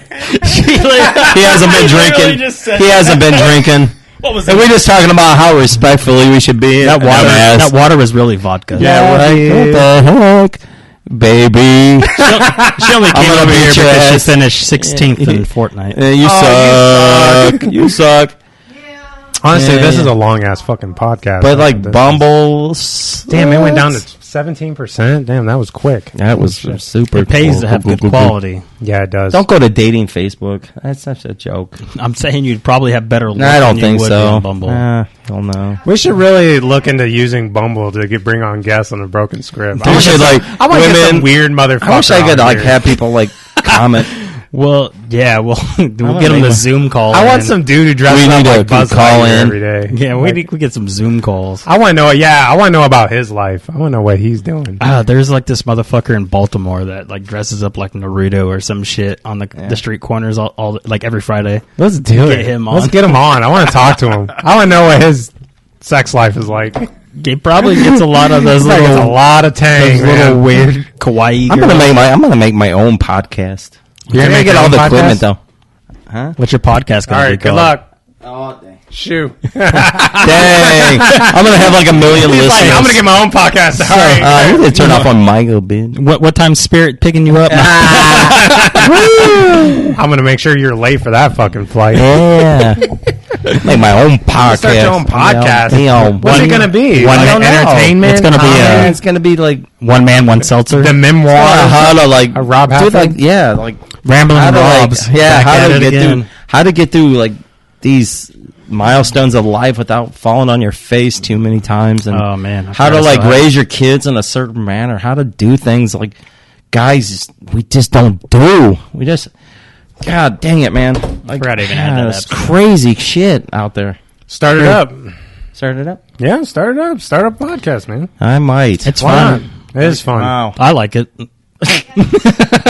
Like I think I'd get a lot of followers. Like serious. Like maybe. Like serious. Like you never know. You get one from the Broken Script. Maybe. I hope. Until you did that, now it's probably a maybe. Well, make sure you guys comment on this podcast, and make sure you go to YouTube and we don't care about YouTube or whatever. Fuck YouTube. Whatever it is. We care about YouTube, but when we run out of video, that makes it kind of suck. Yeah, just it's all good. You know, comment on these programs because this is what these guys do and some good stuff. I mean, it's a productive hobby. I think it keeps us out of trouble. Yeah. And eventually, it gets bigger and we bigger. like to talk anyway, so just, Right. Hay was asking me about, like, she's like, what'd she say? She's just like, are you guys serious about this podcast? Like, are you really trying to make it grow? And my answer was yes and no. Like, would we like it to grow? Yeah, of course. Yeah. Like, who wouldn't? Like, this is something that we're doing. Do we need it to grow? No. It's just for fun. Like, we get on, we talk a bunch of shit, we put it out in the world, and if people like it, they like it. If they don't, then go fuck them. My question, they don't know what real comedy is. My question is, since I've been here, is it better or is it worse? Comment on that. Like, do you like? Well, you got someone hitting on you. Nick, you're small compared to your dad. Hey, baby. Oh, that's the infamous Ernst. Oh, jeez. Shut up. If you want, we'll fucking call him up. He lives no. Come over. Come over. No. He's going to come over and give your dad. Well, joke's on him. We're not at my house. I don't know somewhere else. Yeah, we're no dudes. Sorry, buddy. I'm not into dudes. I only date dudes. Sorry. TikTok. Sorry, I only kiss men. He'd come over and try to give your dad. I just end up. He'll dress you up like a Malamute. TikTok, guys. What is up with TikTok? Like, what do you mean? I just ran into TikTok. Like, whoa. Oh, man, dude, I'm going to hell. Yeah, dressed up like a Malamu. This guy's a weirdo. What do you mean, what up? What's up with TikTok? Well, you find the TikTok porn? No, what's that? I don't have TikTok. Oh, so you didn't watch that video? Dude, watch this. Hold on. What video? I'm going to put you on a TikTok and you're going to watch it. We're going to get a live reaction from this. Oh, God. Here we go. Hold on. TikTok. Talking my Tic Tac. Is that what it's called? Tic Tac? Oh, jeez. This is stupid. Hit play. Oh, wait. Got some volume on that? Yeah. Yep, we got volume. Go ahead. Why does he look like that? Just watch it. Check out these photos you're about to Here we go, live reaction. Hey, let my dad watch it too. I think I sent it to him. And the second one. And the third one. Okay. Just anything strange? Now flip your phone upside down, have another look, and hit like when you see it.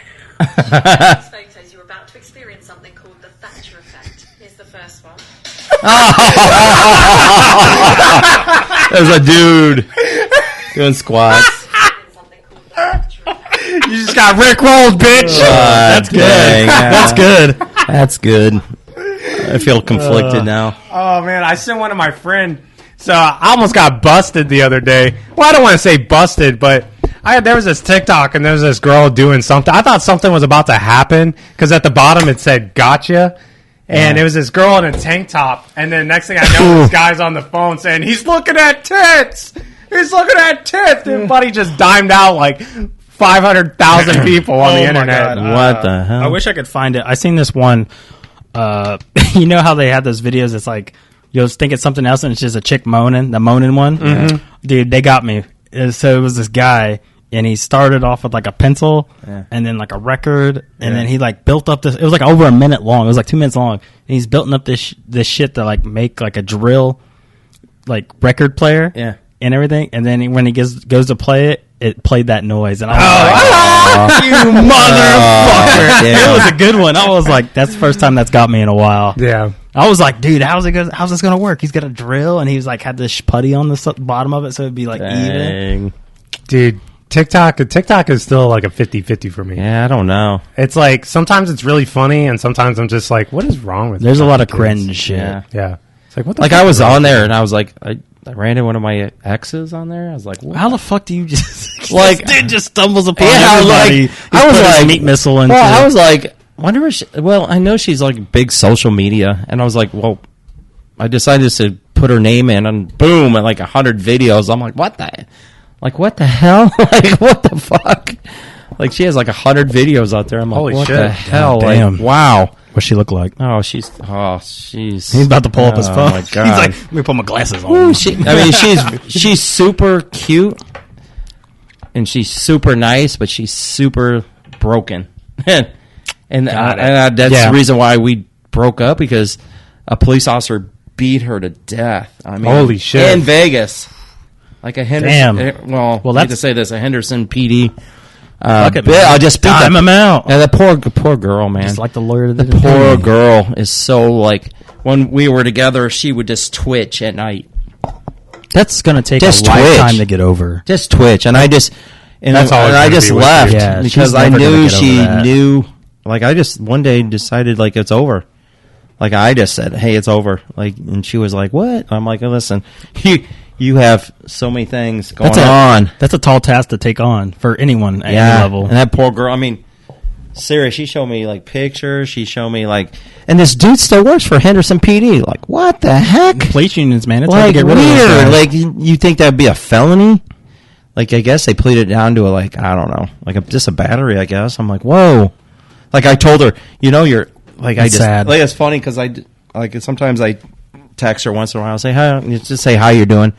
And I'm like, hey, your ex is still she's like, what? No way. I'm like, yeah, he still works at this police department. Like, whoa, no way. No way.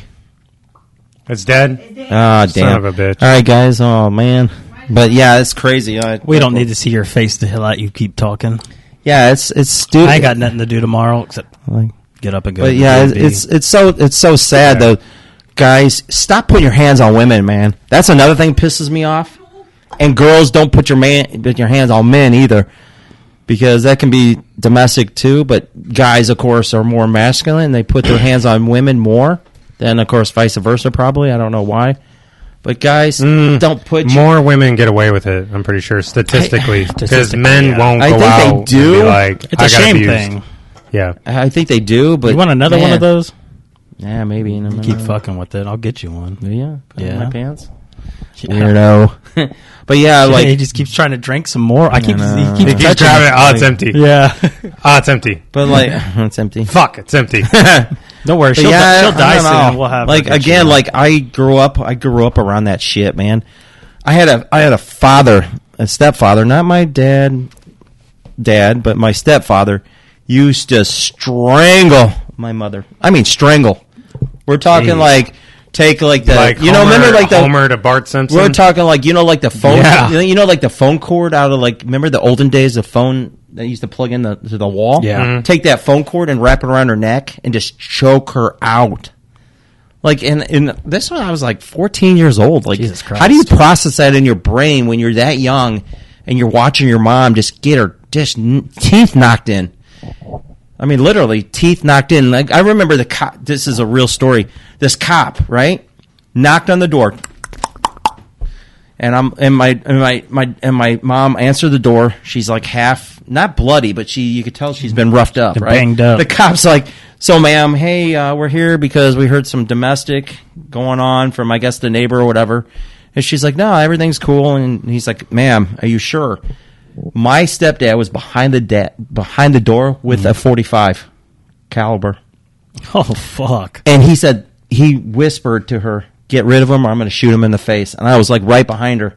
And that's vivid in my brain. Like you can't get rid of that. No, that's a real story. Like, and this is before domestic became a real thing. Like, they're non-domestic violence. Oh man, you're going to jail. Women, you're going to jail. And back then, the cops like, oh, everything's cool, my mom's like, everything's cool. The cop went away, like literally went away. Mm-hmm. Not anymore. And not anymore. You're going to jail. But I mean, and it was so crazy because this is where I started lifting weights. I mean, this is what promoted me to start bodybuilding and start lifting weights and more weights. Because when I turned 17, my dad one day decided he was going to beat the fuck out of her, and I was getting pretty big. I was getting pretty good size on me at the time, and he beat the piss out of her. He took a shotgun, put it in her mouth. Holy shit! Literally put it. And my sisters Nicole and Valerie. Oh, dad, bullshit. Dad did not love my mama. No, that's not love. No. My sisters were real young. They don't remember this, but I was again 17 at the time. He put a shotgun in her mouth, and I was like, really? And he's like, say goodbye to your mom. And I was Jesus Christ. What? And I grabbed the gun and we wrestled. We wrestled with that gun. It went off, and of course he's passed away over the years. But it went off. We wrestled. I picked up and I slammed. This man was probably 6'2", 6'4", 300 pounds, easy, soaking wet. I slammed him so many times, and I put it back in his mouth. I said, "This is your last time to put your hands on my mom." And he looked at me and goes, okay. And after that, never again. You finally came up against someone. I'm not trying to laugh, but like, can you imagine that? Yeah. Like, this is the last time. Yeah. Okay. I guess you're right. And that's what I'm saying. Like, over the years, the psychological, like when I met Nick's mom, this was psychological being damaged in my brain, and he cheated on he was a pilot, so he had multiple. I remember my mom finding he had hoes in different area codes. He had 25 girlfriends. Jesus fucking and Christ! Okay, Hugh, I can't even get one. He had 25 women. Pays to be tall, I guess. Hey man, I just got to start beating on these. Oh man, that's like, and of course, of course, my mom was like, "This is a woman. Stay with this man until his last breath." God, and I was like, it was like, whoa, and of course. That's a different breed, man. Yeah, 'cause I couldn't do that. And then of course, you know how punishment happened is, how karma always gets you. Yeah, it does. And it's so crazy over so many years. I think I was, I don't remember how old I was. Maybe in my 30s. He ended up with cancer. What kind? It was sort of mouth cancer from smoking, like cigars. Oh yeah, and then jaw cancer, and then it trickled down to his neck, right? Then they did so many radiation and everything, and he was a mess, man. He went from 300 pounds to 130 pounds. Oh, yeah, quick. Quick. And I remember getting a phone. Well, my ex-wife got a phone call and said, hey, Rob's dad, his name is Scott. He said, hey, Scott's, on his deathbed. Rob needs to come home now because he won't die unless he talks to him. Right? Yeah. He's in hospice, right? And he's like... And my ex was like, hey, you need to go see your dad. I'm like, oh, fuck him. He can just die. Like, really? He wants to beg for forgiveness, a Lord, and find God, and all this, No, he did psychological damage to my brain. He's a cheater, da-da-da-da. And he's like, my ex is like, Lisa is like, hey, listen, you need to go. So my mom called me personally. My mom was like best. My mom was a saint. I love this beautiful woman. Took to shit from everybody, and just treated everybody like angels, right? Mm-hmm. So my mom's like, "Hey, listen, Robbie, if you want to get my money, just call me Robbie. Like, I will give you everything because that's my mom just pouring her heart out to me. Please go see your stepdad." And I'm like, "Okay, for you, I will." So it was crazy. I went to Chicago. I walked in, right, this hospice. And he was sitting on the edge of the bed, skin and bones. I mean, he had these tumors all over his head, right? Oh, yeah. Those shit's all over his back, right? You could see just the cancer just eating him up, right? So he's sitting there breathing super hard, and I'm like, hey, how you doing, Scott? And he's like, listen. He's like, I've never called you son, and I need to start now. And I'm like, okay. He's like, son. And I'm like, this is the first time he's ever called me son. He's always called me Rob or Robbie or whatever. And I'm like, whoa. And I'm like, okay. I'm like, what's up? He's like, I need to tell you how my forgiveness of life, why I cheated, did all this. And I'm like, listen. I'm like, no. He's like, please. And and this is the first time I could ever forgive somebody in my whole life. Is how I started forgiving people. Is he hugged me and I could feel his spirit, literally, and this is the truth. I could feel his spirit pierce in my spirit into a positive manner, like, holy shit, like, this man is sorry. Literally, like, I could feel, like, he hugged me, and he goes, I need to die tonight. He goes, you're the only person I need to say this to you. Please, can you please release me? And I'm like, you want me? And I said, you need me to release you? He goes, yes, because I know what I put you through was the worst. I need to release me. And I said, and I hugged him, and we were crying. Both of us were crying. Mm-hmm. And I said, I pat him on the head, and I said, I put him on my chest, and I said, I release you to the Lord. He goes, thank you. And you know what? 20 minutes later, he was gone. Ooh. And the nurse came in and goes, he's gone. And I go, whoa. So, of course, I tell this to a lot of people, and a lot of people in my family say, oh, bullshit, I don't believe in spirits. You know what? I'll tell you, there's a spirit out there, because I could feel that pain, and I could feel it wiping my soul clean. So I went home, and like he had these balloons. Or like people think this is full of shit too. I've heard this story before. But there was balloons that people sent to him, right? This balloon literally went down the hallway, right? Down this long hallway, went into the room. The door slammed, right? I mean, literally, there's no breeze. There's no windows open. There's no force. Yeah, of course. There's no, like, special wind coming from the vents. No, this balloon went down the hallway. Literally, I watched it with my own eyes. And slammed, the door slammed, and the balloon went about halfway, and the balloon was full of helium. Oh, yes. Went halfway down to the middle of the room and stayed like that. And I believe that was his spirit saying, goodbye. This is my life. Goodbye. Damn. I think it was over the bed. It was over the bed. Yeah, it was the weirdest. Yeah, it was the weirdest. Yeah, it went down about halfway and just stayed right there. And I was like, it's a long fucking hallway. Yeah, too. and it's not nothing. Their house was. Yeah, it wasn't big. not like. It wasn't like this small little hallway. It was a long. And I was like, whoa. And you know what? Without him saying that, I had so much hatred in my life. Like, and I was like, and I didn't correlate that till recently that a lot of things that happened with my marriage that didn't correlate with this at all. But now I can like put it together, put the puzzles where it should be. Yeah, start getting a couple more pieces. Yeah, counseling is definitely a thing because without getting some help in some other areas of my life and some book reading and some really serious growth. Yeah, serious. Like, I'm not kidding you. Like I had some hard times. Like I had my parents, my stepdad had money. Like we had. I'm saying like money does not make you happy either. That's the epitome right there. Yeah, so it was like he had a journal from Hitler.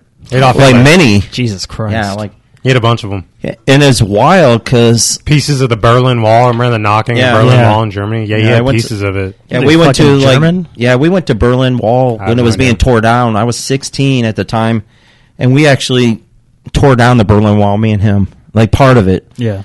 And he made money off the Berlin Wall. Like he set my mom up for positive reinforcements with paying off everything. Again, I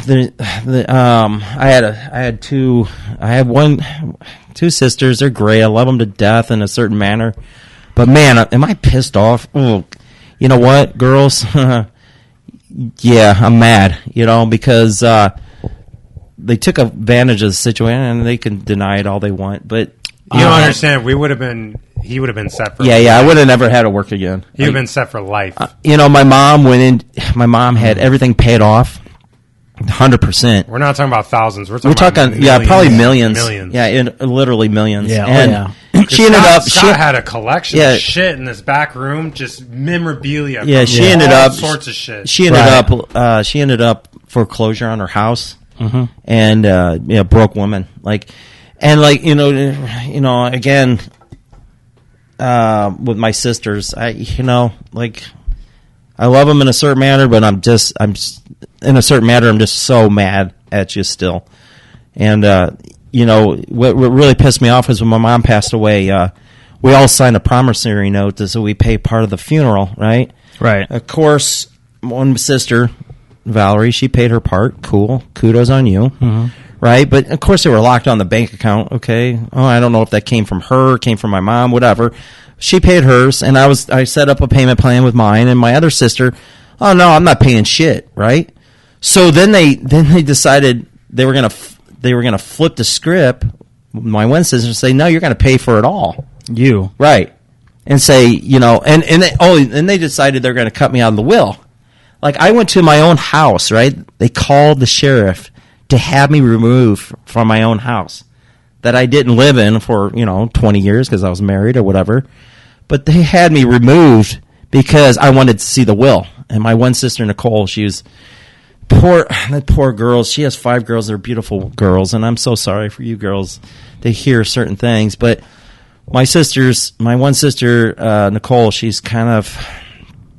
I think my mom was keeping her stable with medication. I think she had a lot of trauma from my stepdad being so whacked out on so many times on certain things. Yeah.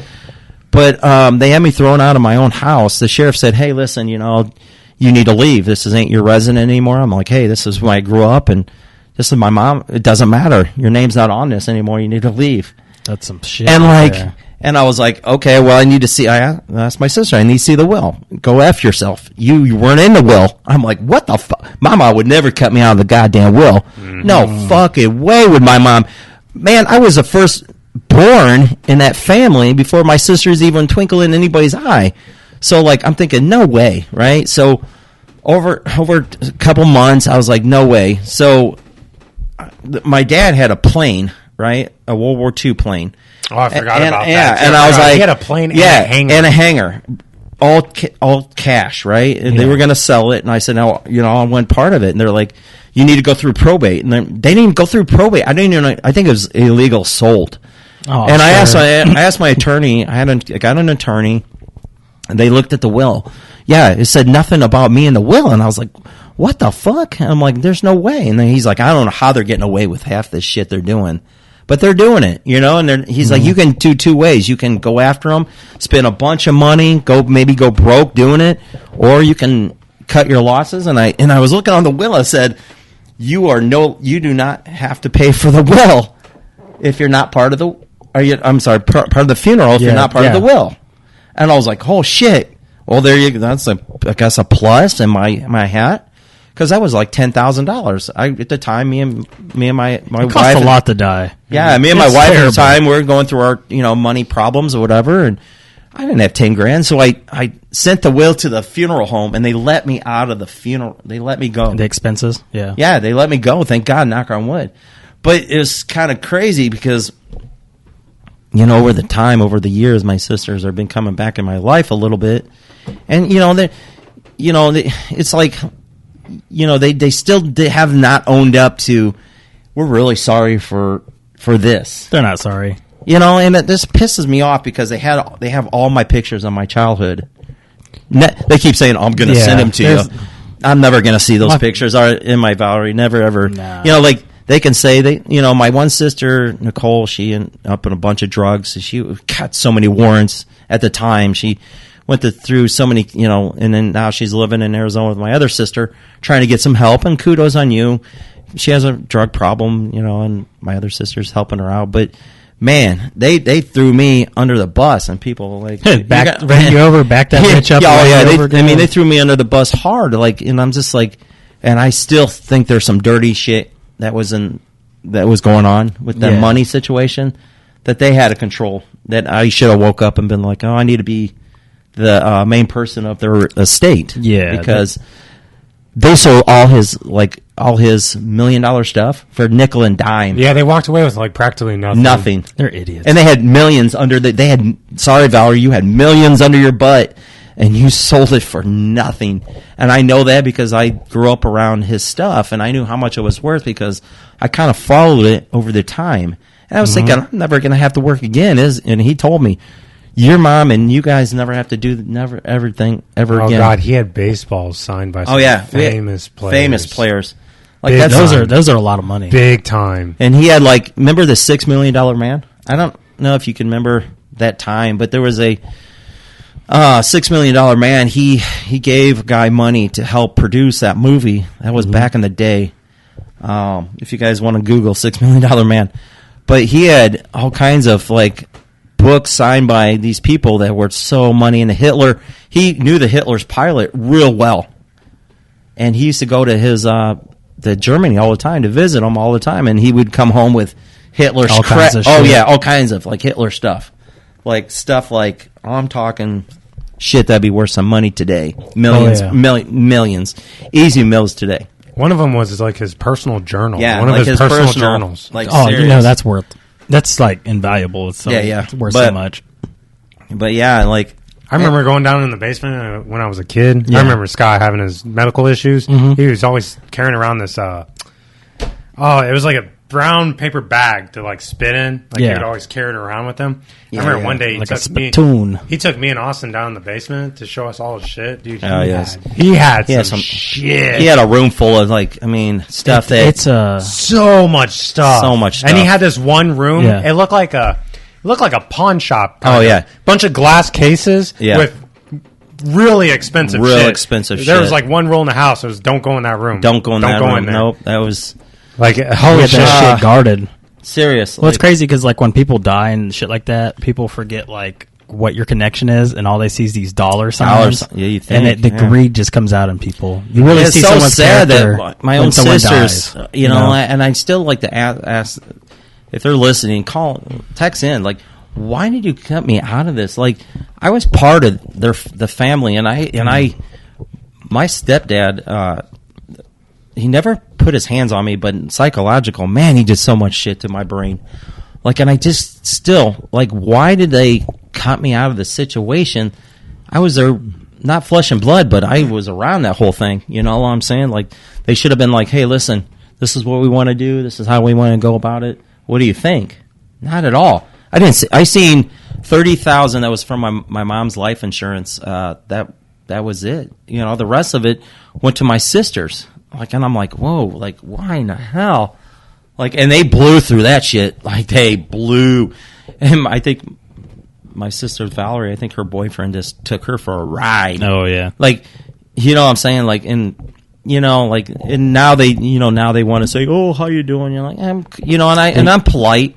Like, I'm saying, how you doing? You're pretty good. You're like, and they're I don't want to say they're bad people, but I think they're not the best. They need to. I don't know. I think they need to come, and if they want to be part of me, they need to tell me why they did what they did. I could forgive somebody that said, "Hey, this is why I did." I can understand wanting that closure. I want that closure too. They took it almost sounds like they took a short-term lump sum. They did. Fast cash. Fast cash. The fast cash over a lifetime of a relationship that it's never going to be the same. A lot of patience could have made a huge difference. Oh yeah, they probably would have made out with much more money. A lot more money. Had they absolutely, like, everyone just worked together. And I would have never, I would have never, and if I was in their boat and I was like let's say they were not part of the will, I would have never cut them out. There's no way. Like, I would have been like, this is I'd have a real hard time. And and Valerie, she sent, Lisa's brothers some flowers. That's cool of her, I guess, to do some nice deed, I guess, in life. Well, they had a short-time fling, too. Yeah, they did. I think so. Yeah, they had a short-time. I think they did a little bit. My uncle, the one who just passed away, had like a short-term fling with Valerie? Valerie, Valerie. Yeah.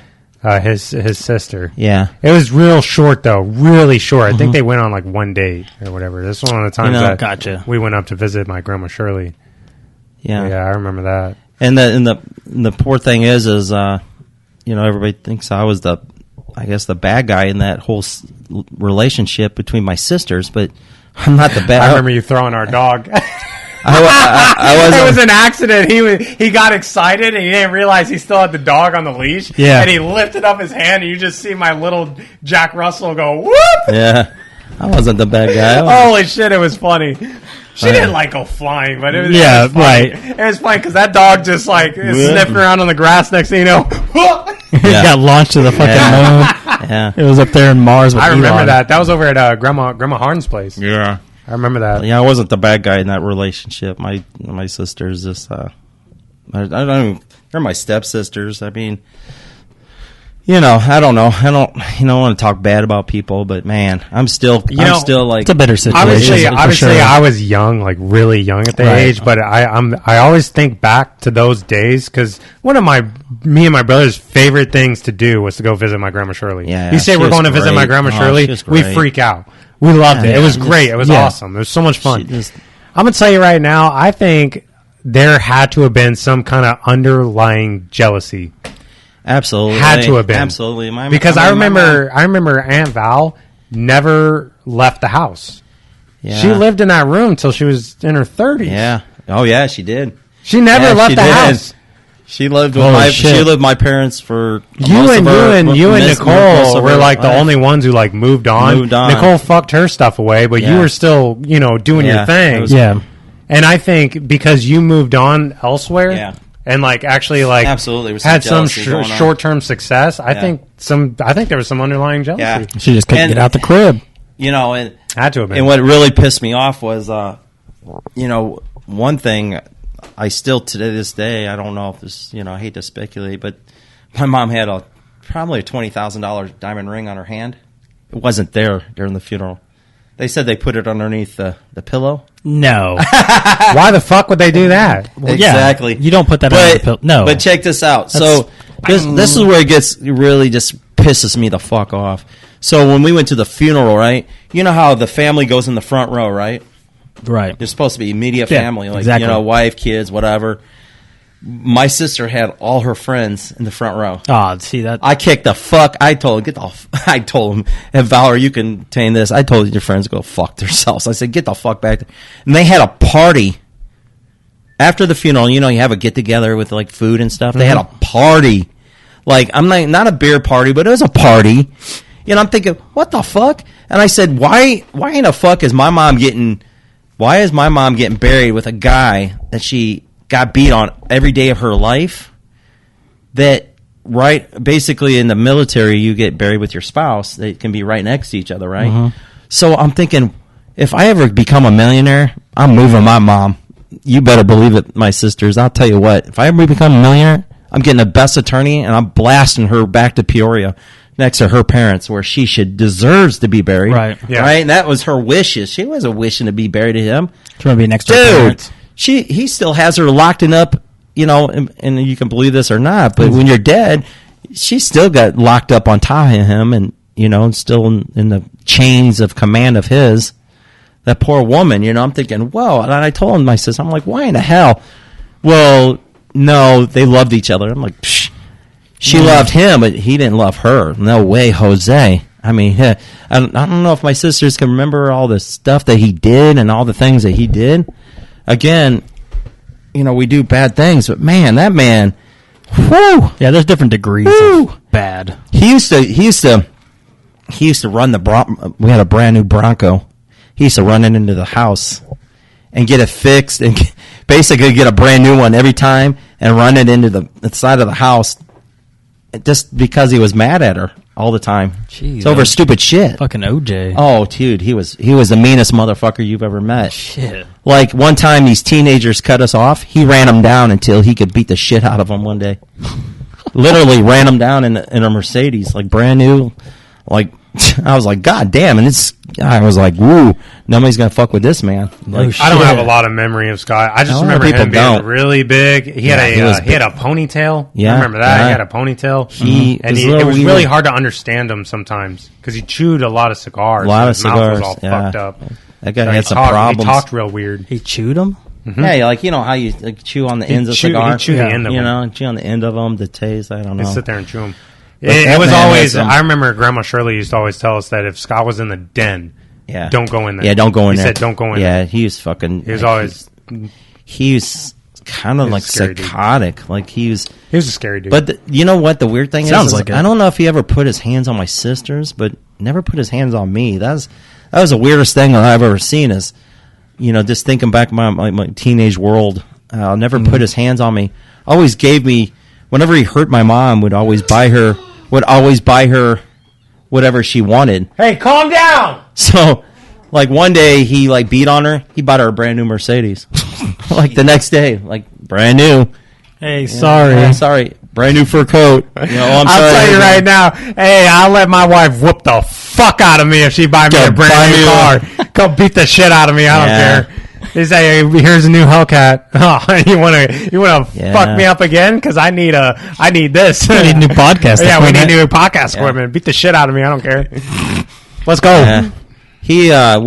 When my I got room for round two. When my mom found out he was cheating, I mean, you're paying to get your ass whooped right now. Yeah, when my mom found out he was cheating, she found out that he spent over $100,000 in like 4 years on these women, like Jesus over 100,000. Like, my mom was like, "Oh well." You know, been a great plot twist if like your mom was training under like Cobra Kai or something for like 3 or 4 years, and then one day, he came in with whatever his bullshit, and she just like, okay, yeah. You about to fucking die now. You're about to starts fucking dicing going all Kill Bill on his ass. But then I look back, right? Then I look back on my own life, what I did to my ex-wife. I'm thinking I wasn't any better, even though I didn't put my hands on her. Me cheating I was known better. Yeah, sometimes. And I was like, God damn! I'm like, was I like woo. The mental warfare is almost worse. And I was like, dang. Like, I had to back up and had to look in the mirror going, damn. I'm like, maybe I had my wife at the time like my mom, and I was like my stepdad. I'm like, whoa. It's scary. It kind of threw me off for a long time because I was like, dang, man, I need some serious, like, help. Like, I was like, I need some pros. Yeah, that's a pretty far stretch, though. I don't know, man. I didn't think. I was like, dang, I got a lot of memory from back in the day with you and Mom, and it's not like it really. Maybe between y'all's relationship it was bad, but like growing up with you, it was like a normal family. I mean, I was good. I was good. Yeah, that's probably like I mean, I wasn't mentally it kind of fucked with you, probably. I mean, my marriage wasn't. I mean, I didn't do everything wrong. There was probably like those little aspects, like the little bits and pieces, and then you're filling in the gaps. Yeah, and I was. Yeah, that's care of my kids. You're not on that tier. You might have stuck your little Jimmy stick in something. I think you're taking slivers and then you're filling in the spaces. Yeah, I think that's what you're doing. Because honestly, I remember there were some issues in Southern View, and then there was some issues in Chatham, and then some issues before different places. Like a year before I left for the military in Chatham, and then next thing I know, like 3 years later, it was like, hey, going to Nevada. Yeah. Like, oh shit. Okay. Yeah. All right. There was definitely some times that she should have kicked me to the curb a long time ago. Truthfully, she should have. I mean, I don't know how she's stuck by me the long she did, but she did. And that's where the pain becomes more intense on myself, is what I did that she did not deserve any of that. Like, you know what I'm saying? Like, and that's the pain that we men that end up saying, hey, I fucked up, like, because of all the trauma that I probably caused that situation, that person. Now she has to, live with that. It kind of goes back to like when you were asking, like, why do we cheat? Why do we do this? Well, why'd she stick with you? Probably because she didn't want to go through the whole stress of the divorce, putting us. Absolutely, because we went through half of it. We went through half. So there was a time where they were split, and he was living elsewhere. We were split for a little bit. Or he was living elsewhere, and we had to do the whole visitation thing. Yeah, like we would spend some weekends over there and then go back. Yeah. But it was such a short, I barely remember it. It was like 6 months. It was a really short period of time. Yeah, it wasn't. But it could have been that, like, she just didn't want to go through the stress of, putting. And I should have said that. It was, it wasn't just one time and she was like, I'm done with this shit. Nah, it was not quite a lot, but it was too many. I'm just all I can say. It was too many. It was too many. My parents divorced when I was 10. 10? So, yeah. My dad actually, he's the one that commented. He listens to this podcast, but like when my parents split up, I can still remember for the longest time, like my mom moved us to Indiana from Illinois. She moved us over there. And then I just remember pretty much growing up, we had so much financial instability after my parents split up, and we was getting evicted a lot. I always used to wonder why my dad wasn't around and stuff. See, that could be a lot of stress on a kid. Yeah, it really can. It really can put. Yeah, now I know a lot of it was my mom didn't want me to go see my dad. She was a big factor in not letting us see our father, like me and my sister. And we didn't really have a whole lot of a relationship until I was almost 19, and he made a MySpace and actually found MySpace. He made a MySpace and found me on it, and that's how we reconnected, to where we talk weekly now. So. Yeah, that's what divorce is one of those things too. Where it's my mom, I love her to death, but now that I'm older and I can kind of see some of the shit, grudges can create wedges between you and another parent. Yeah, it really can. She can't let that happen. Yeah, she did a lot of shit that she shouldn't have did, out of spite towards my father for shit that he didn't really deserve that. Kids, she uses kids as a weapon. Yeah. And him and my sister still don't have much of a relationship even to this day. So that's mostly my sister's fault now, but yeah, he's tried. I'm gonna use the bathroom. You know what? I'll wait until he gets back, but yeah, no, I know exactly what you mean. Out of the way, Big Swole. Just get the fuck out of the way, bro. Let the man's got to. Don't bump my camera, bitch. I'll fucking kill you. Sniff his asshole now, dog. I'll fuck you up. But yeah, man, I know exactly where you come from, dude. That's crazy. 10 years old. Yeah, my dad. Well, he listens to it. He'll hear that. But yeah, it was I remember there was a period of time. My dad got in a real bad wreck when I was 16. I want to say 15. Yep, he almost died. Holy shit. Yeah, he got hit by a dump truck, basically. Blew through. He was driving like a little S10 type of car. It was like a Toyota or something, Mitsubishi. I don't know. Small truck. Fucked him up bad. Obviously he survived and stuff, but, like one leg shorter than the other. He didn't walk for like a couple of years. So, that was like one of the first, I remember that was one of the first times my mom actually took me to go see him. And that was because my grandpa, when he was still alive, like called my mom. And then there was like a period where like, I actually had the option to like go live with my dad. And there's sometimes I wish I would have took it, Yeah. My life probably would have been like my childhood or teenage years at least would have been a little bit better. It's kind of crazy thinking about it, isn't it? Like, I would have had what if I had made this one different decision? I think about that shit all the time. No matter, it doesn't matter how young you are. Well, I mean, to an extent. Yeah. But like, when you're in that age between like 15 and like leaving the house, 18, 19 years old, you think about some of the decisions you made and like how one little change in whatever you decided to do could have made a huge difference in your entire life. Yeah, it would have changed everything. Because I remember, like my senior year of high school, he's getting old, refill. My senior year of high school, fucking loser drinking his seltzer. My senior year of high school, my mom and the guy she was with at the time, they lost the house that we were living in, and they pretty much like abandoned me to like live with my friend in a way. Like I was kind of like crashing on his floor for a while, and they just moved to like a whole nother fucking town, like without me. And I was like, until like his parents finally were like, "Hey man, are you gonna come get your kid?" Like I was like, "Where the fuck is my mom at?" Like, yeah, I was like 17, 16. I was 16. See now 16 because I was 17. I turned 18 like a week before graduation. Now a lot of things that happen, with our kids, we do this too, and I think when you grow up, that shit can fester in different ways. I mean, a lot of different ways.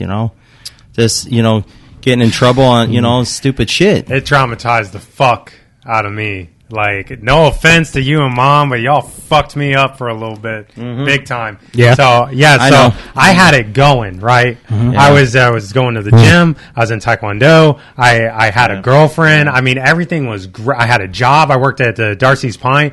Everything was great. Like, my life was good. I was 16, 17 years old, maybe. Dude, living the dream. So I was supposed to go to my friend's house, my friend Joey, because I was normally what I did on a Friday night after I worked. But I had to go by the house. I had to go by the house and pick up some shit. And I don't know. I honestly don't remember if my sister Austin or Jess was home. Like, I don't remember. But I walked into a fucking war.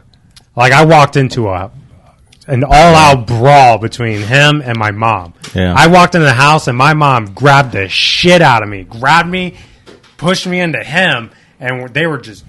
Oh my God, my mom was losing her shit, man. She was screaming, yelling, pushed me into him, and then he was like trying to like defuse whatever was going on. He was trying to like calm everything down. I didn't know what the fuck was going on. You walked into a fucking World War III. I walked into some crazy shit, but the thing is, from that night for like 6 months, I was in it.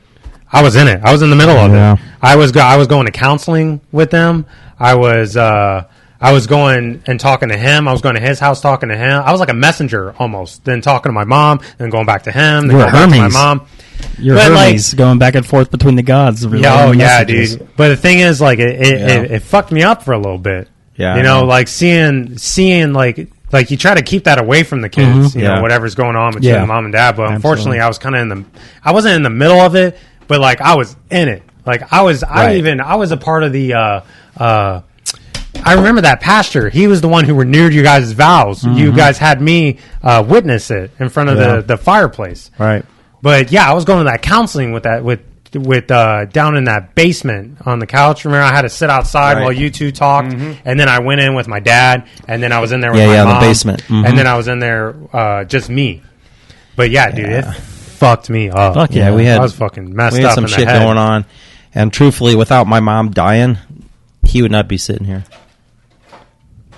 Because I took basically all my money and put him through training with a trainer, right? And I know he doesn't understand at the time how much money it really cost. Oh, I know. But it was like at least $15,000. I think I gave Brandon about $15,000. I know, it was a lot. I mean, I literally pulled him out of the fire and put myself like And this is what's kind of screwed up is like, without my mom dying and doing all the things that happened in my life and put him so he could go to the Navy and put things in, and it was crazy because I remember me saying, I will never cheat on you again. Like, and I was like, everything was perfect. Like, he went to the Navy, everything was cool, our kids were all gone, we're da-da-da-da, and then that's boom, supposed to be the twilight. You would think, and then again, it just snapped. Like, and I don't know. Again, it was like 4 or 5 years, and it's like,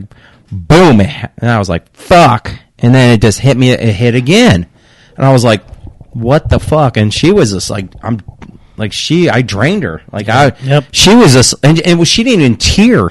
She didn't even tear. Oh, she got enough of that. Yeah, she was just like, I'm done tearing for your ass. Like, she was like, we're done. And she was like, and I could see it in her eyes, and I was like, okay, we're done. And I was like, cool. And at the time, I was like, cool, right? And I was like, okay, cool. Like, that was like, and I didn't take anything from her. Like, I didn't take the house.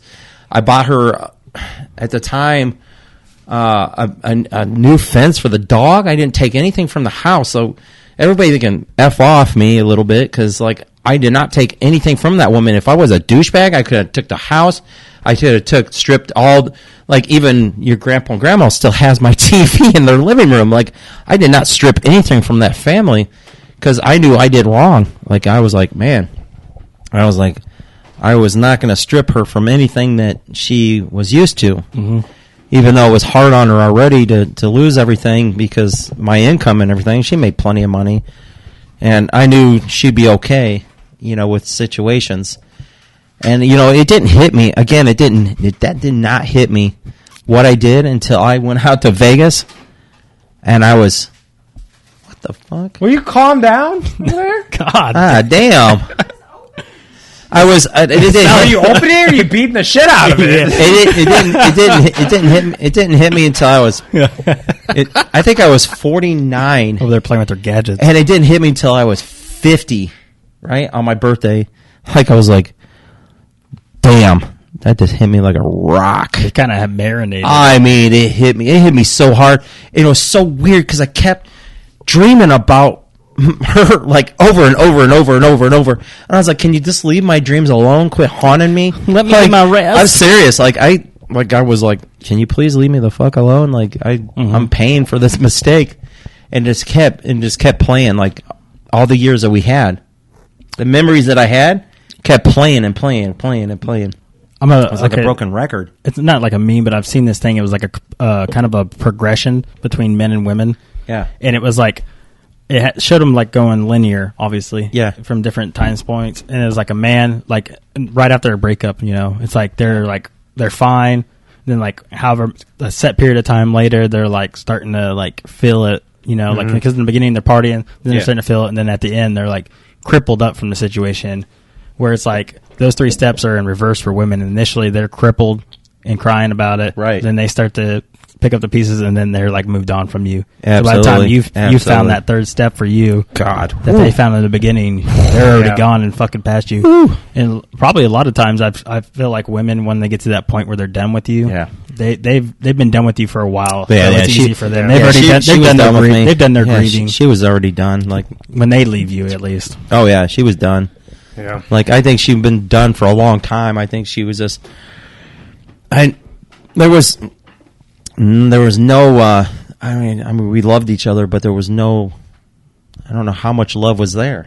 You know what I'm saying? You probably had love for each other, but weren't in love at that point. Yeah, it was so weird. You know what I mean? Does that make sense? Yeah, absolutely. Yeah, there was. I mean, if I could look back on Jesus, God, like, like why didn't I get help when I should have got help? Instead of this making for myself, like being greedy and being like, oh, it's about me, it's about my emotions, it's about because of this reason or that. We can always, I used to always tell my buddies, oh yeah, it's because we didn't sleep with each other that much, or there was no sexual. There's probably a lot of other factors that were. Yeah, there was a lot more factors. You know what I mean? And I could have said, that can play a part of it, but it won't be the whole. It's it's not going to tip the scale. you know, and I just, you know, I know my family, they're still mad at me. I mean, you know, they're still pissed. That's funny you say that, because that's kind of like what pisses me off about the whole situation is how the whole family reacted. Yeah. Oh, like, yeah, they freaked. I get it. Like, maybe I'm just built different. I might just be built differently. But the way my brother acted, the way my sister acted, his parents, my grandparent, the way everyone reacted. Yeah. Obviously, at the time, it was a valid reaction. Totally. But after about a year went by, it's kind of they were still acting like that. Yeah. And it got to the point where I honestly didn't want to talk to my family because they were fucking pissing me off. Yeah. Like, trying to prevent me from having a relationship with my dad because of a mistake that he made. It's like, listen, that's some shit. Everybody, Yeah. that's like what I said earlier. Like, look me in the face and tell me you've never made a fucking mistake. Like, you cannot just shut, like, he says he's having dreams about memories. Memories are real. We all went to Wisconsin. We all experienced family Christmases and Thanksgivings and Lots holidays and family time, sports, events, all this shit, all this positive. And you're just going to throw that away over over something that didn't even involve you? I think they're mad because it didn't happen this one time, and I'm not going to... Who gives a fuck? And I'm tomorrow. What if you don't wake up tomorrow? Yeah. How the fuck are they going to feel? Yeah. Wasting all that time. It's a lot of time. Doesn't matter. You were part of the family. You know what really share a last upsets name. me a lot is they made a documentary about you. They really do. Mr. McCoy's. They really do. They really do love your mom.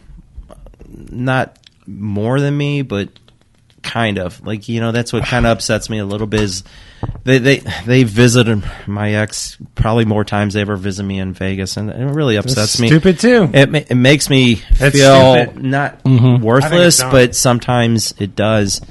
And you know, they can say they don't have any contact with her. Oh, come on. I know they do. That's cool. I'm not gonna ever say like you shouldn't have a contact with my ex, or you know, because she was a big influence on our family, and she, you know, but you know, it's kind of funny because we went to this funeral, and you know, not that it wasn't funny. I'm just saying it was just funny that I went and I said to my dad, I was like, "Yeah, Pat's a douchebag," and he was like, "Whoa, don't say that to that man." I'm like, "No, I'm just saying he's a douchebag." He's like, "No, he's not. No, he's not. He's a great guy." I'm like, "What is that? Your new best friend?" Like, he's like, "That's not funny." I'm like, "Yeah, it is because you're acting like me saying something is making your ego." Hurting your ego. Well, he did nothing wrong to you. You're the one that messed things up. You're the one that left the family. I know that, and I'm, you know, okay. I'm just kind of being that way because I'm a little jealous. I am a little jealous. I mean, I'm a little butthurt that I fucked it up, and some other guys is connecting the rewards, you know. And my family really did not want me to go to this funeral, and I have no idea. Still, it's kind of just mind-boggling that. I gave this woman 23, 22 years or whatever of marriage, and I'm going to this her brother, of how much shit that I've dealt with her brother. I'm going to this funeral. I need to show the respects to her parents. I need to respect to her, everybody, the family. And my family's That's a long time. That's a lot of years. It is a lot of years. I've only been on this earth 31 of them. 22 is a long time. A lot of years of going through this family's life with his alcoholic in this downside and upside and downside, and I'm like, listen, I'm going to this funeral, and everybody was just like, you should not go. They're just gonna be talking behind your back. And I said, that's okay. I really don't give a shit. They talk behind my back, like, and I did. I called my son. I called both my son and my daughter. I said, listen, I'm just gonna go home because obviously. For some, I was so fed up with those comments that I was just like, I'm just going back to Vegas. Fuck this shit. And everybody can just fuck off, you know, basically. And I called, you know, my ex, and I called my kids, and I said, do you really think I should still go? If not, let me know so I don't go, right? Mm-hmm. And no, they're like, no, Mom wants you to go. Like, she's not expecting you to go, but you're welcome to go. And you know what? It was the best experience to go and pay my respects. And it was kind of funny. I was in line to go to say I'm sorry to you lost your your brother, and she jumped back about 40 feet, my ex did. And I was like I was a plague. And I was like, damn. I'm like, I didn't mean like hug you like, you know, like I'm in love with you. I'm like, hug you like I'm sorry. But I think because her ex or her new boyfriend was there. Oh, yeah. And she jumped back like I was a plague. And I was like, oh, whoops, sorry. You know, I didn't mean to infringe on this, you know, situation. But it was good, though. It was good because I needed, the family was able to put shit. There was a lot, aside. There was a lot, you know. They could put it aside for. They did. Like the moment, like you probably would have regretted not going. Oh, absolutely, and I didn't see her parents since we divorced. And I feel like in that moment they kind of realized, like, you know, you reality kind of hit them. You can't sit there and like and focus on all the bad shit. Right. You gotta embrace like what you have in front of you. Absolutely. Yeah. If you have family in front of you, you need to embrace it. Because, like, you know what. The cheating part, that's whatever. But like you said, there's many more years of positives there. Lots of positives. So much more positive. A lot more positive. The positive definitely outweigh the negative. For all the memories and stuff. Absolutely. And whether you like it or not, you're fucking family. Mm-hmm. Family is going to have issues. Everyone's going to have their issues. Everyone has issues. I mean, I'm not saying, so what, he cheated. So I'm not saying that. No, I'm saying that's not what we're getting at. I'm saying not at all. It's time to move forward. Yeah. He's moving forward. Yeah. She's moving forward. The rest of the family need to fucking move forward. Yeah. They need to, like, let it go. Yeah. It doesn't involve you. If it doesn't involve you, if your name's not in it, let it go. And I don't know how I know my daughter. Fucking grow up. I know my daughter, she had a hard time for a long time releasing stuff, you know, and I get it because that's her mom. Mm-hmm. She's a woman. She feels it too, and she feels, you know, betrayed a little bit. My other son, Austin, he does his own thing. I don't think he doesn't care, but it didn't affect him at all. So, I mean, I had to do a lot of soul thinking with my daughter. I really did. I really had to show her that I'm not just a guy that goes out and just breaks, you know, your mom's heart, you know, and there's other issues going on in our life, in my life especially, that she didn't see. Mm-hmm. And I'm still rebuilding our relationship, me and her, and I try to stay in contact with all three of them at least once every 2 weeks. I try to call at least one of them to let them know, hey, I'm still here. If you need something, let me know. I'm here. Yeah, but the issue is she did what you're doing, or what you did when you were comparing yourself to your stepdad. Yeah. She's doing the same fucking thing. Yeah. What she's doing is she's taking these little slithers. Right, she has these two moments, or she has this one moment. The cheating, right? That's the one moment. And she's filling in the gaps with her own opinion, or her own, what she thinks happened. Her perceived reality? Yeah, she's perceiving it how she wants to perceive it. And the thing is, like, if you see a bridge fall, okay, and you weren't there, you can only fill in what you might think had happened. Kind of like if a tree falls, does it make a sound if no one's around? Yeah, it's all perception. Yeah. You know, she is perceiving what she is seeing. There's. It's not just like, hey, you know what? Today I'm gonna cheat on my wife. Yeah, no. I mean, that's not the way the world works. It's not invalidating her feelings. I'm also not validating the mistake. I'm just saying there's always way more that goes into something. I think she's just not upset over that. Me and when your brother, when your Austin came into the picture of being babies. I don't want to say I put Jess aside, but I kind of did. It was like, you're my flesh and blood, but Jess wasn't my flesh and blood. And I feel so bad because not 100%, but I know what her mind is going through, because when it's not your flesh and blood, okay, when you have your own kids, right?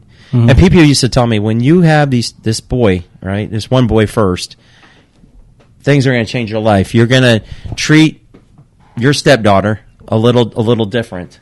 And I said, no, that's not going to happen. But really, it really did. It really did. It really changed. I'm not saying I didn't love her any less than what I love them, because I would give her the same amount as materialistics. But there was some levels, right? And I regret, and I'm trying to show her that, hey, you are still You still have my last name. I still adopted you. I'm still your dad. I'm there for you. Anytime you need me, I'm there now. Like, and I should have been, when she was a teenager, was a little space. There was a little space right there between like maybe 12 and she could probably answer this too. There's probably 12 and 16 years old. There was a space that I wasn't there in her life. And I think that's where she's trying to put the slivers back in, that she's just putting the cheating part in those slivers right there. In that space right there. You know what I'm saying? Yeah. But really, there was other space. There was other things going on. Like, I wasn't there. Wasn't the reason. I was dealing with his problems. I was dealing with Austin. Really didn't have too much that I had to deal with. But there was other things in my own life that I was trying to deal with. And she found her dad, and people, that's great. She found her father, and she has a good relationship with him. And I'm happy that she did that, because her father is. But what makes me so mad is she might give him more respect than she gives me. I'm not sure, and it kind of upsets me a little bit because when her dad gave up adoption at 8 years old, and the only reason why he gave her up because Lisa said, "Hey, I'm not letting you out child support. Every time you get a raise, I'm taking your ass to court." And Lisa was a very intelligent woman. And then John just came to me one day and said, that's her dad, "Hey, I can't afford child support. Do you want to adopt Jess?" And I said, "Fuck yeah, I want to adopt Jess. I raised her since she was 9 months old. Fuck yeah, I want to adopt her. That's my daughter. Hell yeah." And we went to court and got it all, papers. And they said, they said in court, "This child has never been born in your eyes. Do you understand that?" To that man. He said, "Yes, sir, I understand that." Now, if she wants to have contact with you later in life, that's fine. But at this point, she's not yours. That man's over there. Do you understand that? And he gave her up. There was I don't know what John's told Jess, but that's the real story. That's 100% real. And if she don't believe that, she can go to her mom and ask her that. There was no no hesitation. There was no, there was no oh, he's like, "I'm fucking tired of paying this extra car note." But he said, I'm done paying this. Right, I'm done paying this child support. I have another family. I'm giving her up, and that's what pisses me off about that asshole. He gets all the rewards. You know what he should be doing? Giving her whatever it cost her to go put her through college, because I'm still paying on a loan on her college to this day. And John has not forked over any money. He's not said, "Hey, listen, Rob, I'm going to give you $10,000 for adopting her." The motherfucker, because it wasn't free to adopt her. He didn't want to pay child support, let alone pay for college. I mean, I want to pay for your food, and all her education, and all her skating bills and everything. That I had to do 2 or 3 jobs to keep promoting that skating of her ice skating, and and what pisses me off, and most of what makes me mad is she probably talks to him more than she talks to me, and that's upsetting to me. But I understand a little bit. That's fine, and I just want a little respect that I did what I did to support the family as much as I could, and that's about where the positives outweigh. I did do a lot of stuff. I wasn't some slum guy just ran around on my wife. I worked my ass off. I made sure the family had a nice home. We had nice stuff. We did a lot of family outings. We had good Halloweens. We had good Christmases. It wasn't just me going home drunk and beating on my wife and going, "Oh, you always hear those stories, Yeah. I wasn't. I also hope there's no confusion with my brother and sister. Like, it pissed me off too. Like, I was upset as well. When I heard about what happened, I was upset. I was mad at him. But I wasn't going to let it change my relationship. Yeah. You got to love your family. Through thick and thin. Everybody does something stupid. I'm sure I've done things that piss my brother off. I'm sure I've done things that piss my sister off. But doesn't mean you shouldn't love me. Yeah, like I'm still your retarded ass brother. Making fun of his flowers. Yeah, I did make fun of his flowers. Did you hear that story? Yeah, about the flowers you sent. Yeah, they're like, "Who the hell sent these goddamn flowers?" Yeah, I was like, "What? We all 3 of us, douchebag. What a fucking show off." Yeah. But I mean, all my kids have turned out really well. Except that one. Except this one over here. Yeah. He's got me. All 3 of them. Me as a friend. I mean, right, douchebag. But I'm proud of all 3 of them. He hasn't forked over that ring yet. Get it? I did.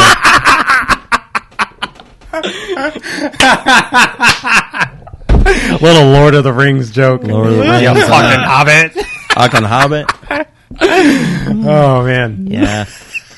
Yeah, we definitely done some crazy shit in our lives, but you know, I'm still rebuilding everything that I lost, you know, in the whole marriage thing, and still. We need to end this on a good note. We're going to end this on a good note. Oh, absolutely. I mean, I'm going to have my dad tell this infamous story that everybody needs to hear about his first bonfire or his first yard fire. Jesus Christ. And, okay, let's and hear Lisa it. Can probably laugh her ass off. Oh, we'll all laugh. We were all there. We're all there. I don't know. I think you guys were like 10 or 11 years old. Oh, yeah. Probably young. Well, you know, I'm not real good with gasoline. He's not real good with life choices. No.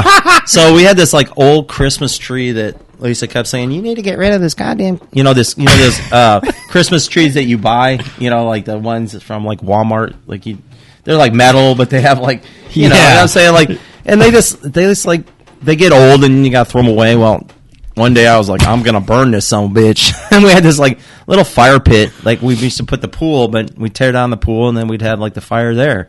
Oh, where the sand is? Yeah, where the sand is. So I put, the Christmas tree there and I put stuff around it.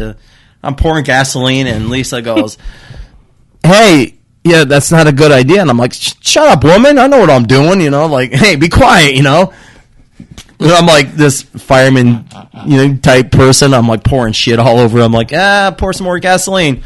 I'm like, she's like, that's not a good idea. And I'm like, be quiet. I know what I'm doing. And I got this through the goddamn match. It blew me back about not real far, but about 5 feet. I mean, it blew me back a good ways, right? And it blazed and it started fire, right? Catching the trees on fire, right? Holy shit. And I'm seeing like the neighbors coming out going, oh shit. I mean, the fire was on the trees and it's like, shit. I'm like, oh shit, a forest fire. So I'm running going, call the fire department, right? I'm yelling this. I grabbed the hose, right? This little dinky hose, right? The hose that so I'm like running with the hose, right? Well, when I'm running, the hose ends up stopped. Zink! And it threw me back about another 4 feet. You know how, like the cord that stops you? Oh, it was like a spring. Yeah, like a spring. Dink! And like yanked me back, right? On my back. And I had like this trickle-ass water. I'm like, God damn it, call the fire department. Because, of course, I mean, there was a fire going on here. And I'm like spraying it down with this little hose. And here comes a fire. Oh, shit. Yeah. And they come and like, oh shit, and they're just dousing it with water, and the kids were like, God, you're such a dumb, she's like, you're such an idiot, right? I don't know if me being blown back, or I think what was the funniest was me getting pulled back by that hose. Was the funniest. Oh yeah. I just think of like Tom and Jerry. Oh yeah, and he's just running after fucking Jerry. Oh yeah.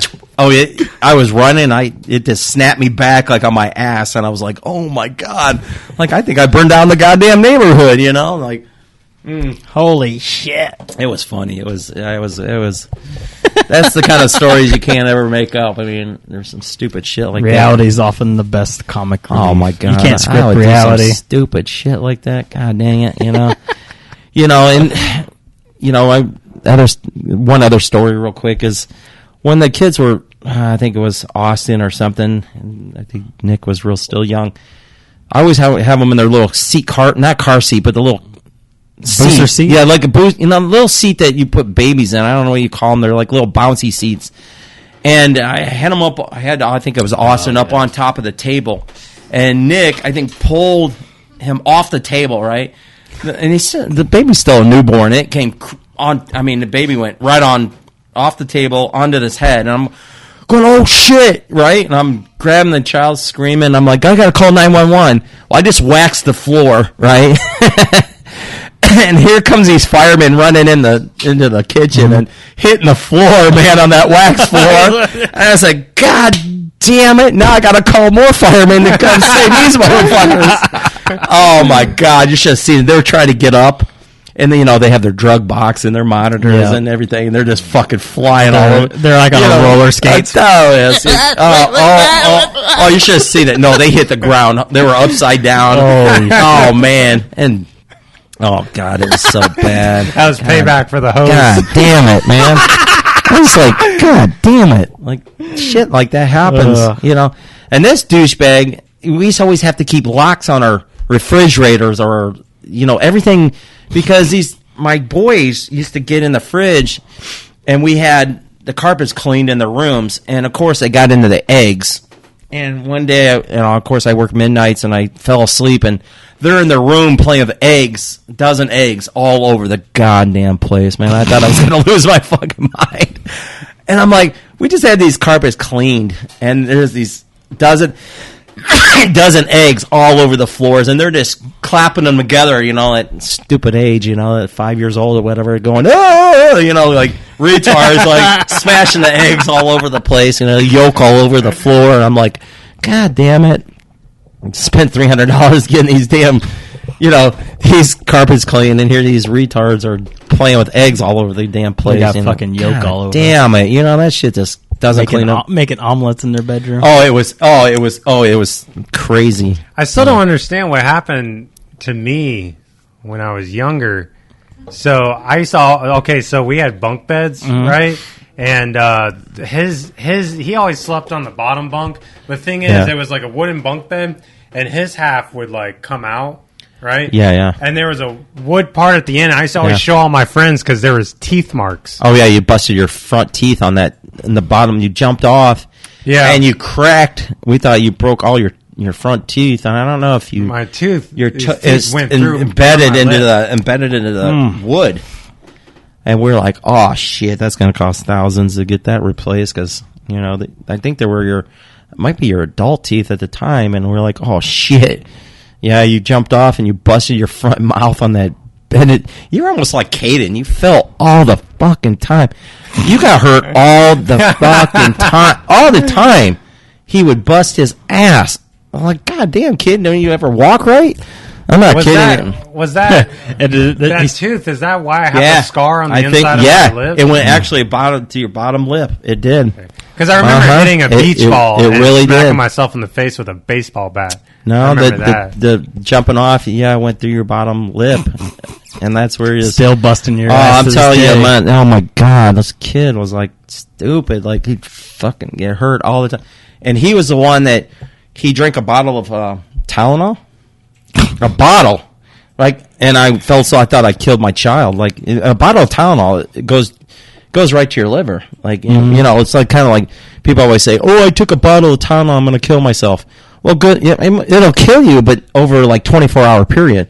So we rushed him to the ER. I'm thinking, oh my god, it was gone, and it was all over his face, and we're thinking they did levels on his liver for like 24 hours, and they flushed out his liver for hours. It was, we thought he was gone. And it was so scary because we did not know the levels, and there was a high level. It was enough level where it didn't kill him, but it was enough to scare the shit out of you. Yeah. But he drank, and we're thinking our child's gone, and it was going to be my fault because, again, I used to work nights, and I would fall asleep, and that's why there was locks on everything, because these kids would get up in the goddamn cabinets and eat all the food or drink all the milk or shit. And I had to put literally padlocks because they, those child locks you put on the inside. They figured that shit out. Then I had to put real. Man, I wish my ex would call in because she'd be like, "Yeah, we had real padlocks on everything, like live padlocks that you'd had to use a key or a combination to get in shit." These motherfuckers would get into everything. God damn it! Like some prison guards got the roll of keys. That's how they got. What a brownie! Son of a bitch! I'm serious. Like get in the fridge. We had a bike lock that went in both top and bottom. Did a figure 8 and locked because him and his brother would just be like fucking stupid, just stupid shit, But it was definitely it was it used to be wild. Yeah, it was time. Yeah. But one year for Christmas, I bought them all motorcycles. It cost me like $10,000. Put locks on those too? Nah, they and his mother got on this 80, Oh my God! And she was like, "It's so easy riding a motorcycle," and she hit the fence, and she's like bouncing it off the fence, and it's doing a wheelie. The front tire got stuck on the fence, and it's just ramping it. Yeah, ramping it. Oh, and she's like, God. I don't understand. I said, well, take your goddamn hand off the throttle. Yeah. She started at one end of the yard, and her legs went right. flying off the back. She went right into that. Oh yeah, she went right into that fence, and she kept ramping that damn. And it was bad. Holy shit! It was funny. Yeah, it was. I remember that. Mm-hmm. Christmas was my time.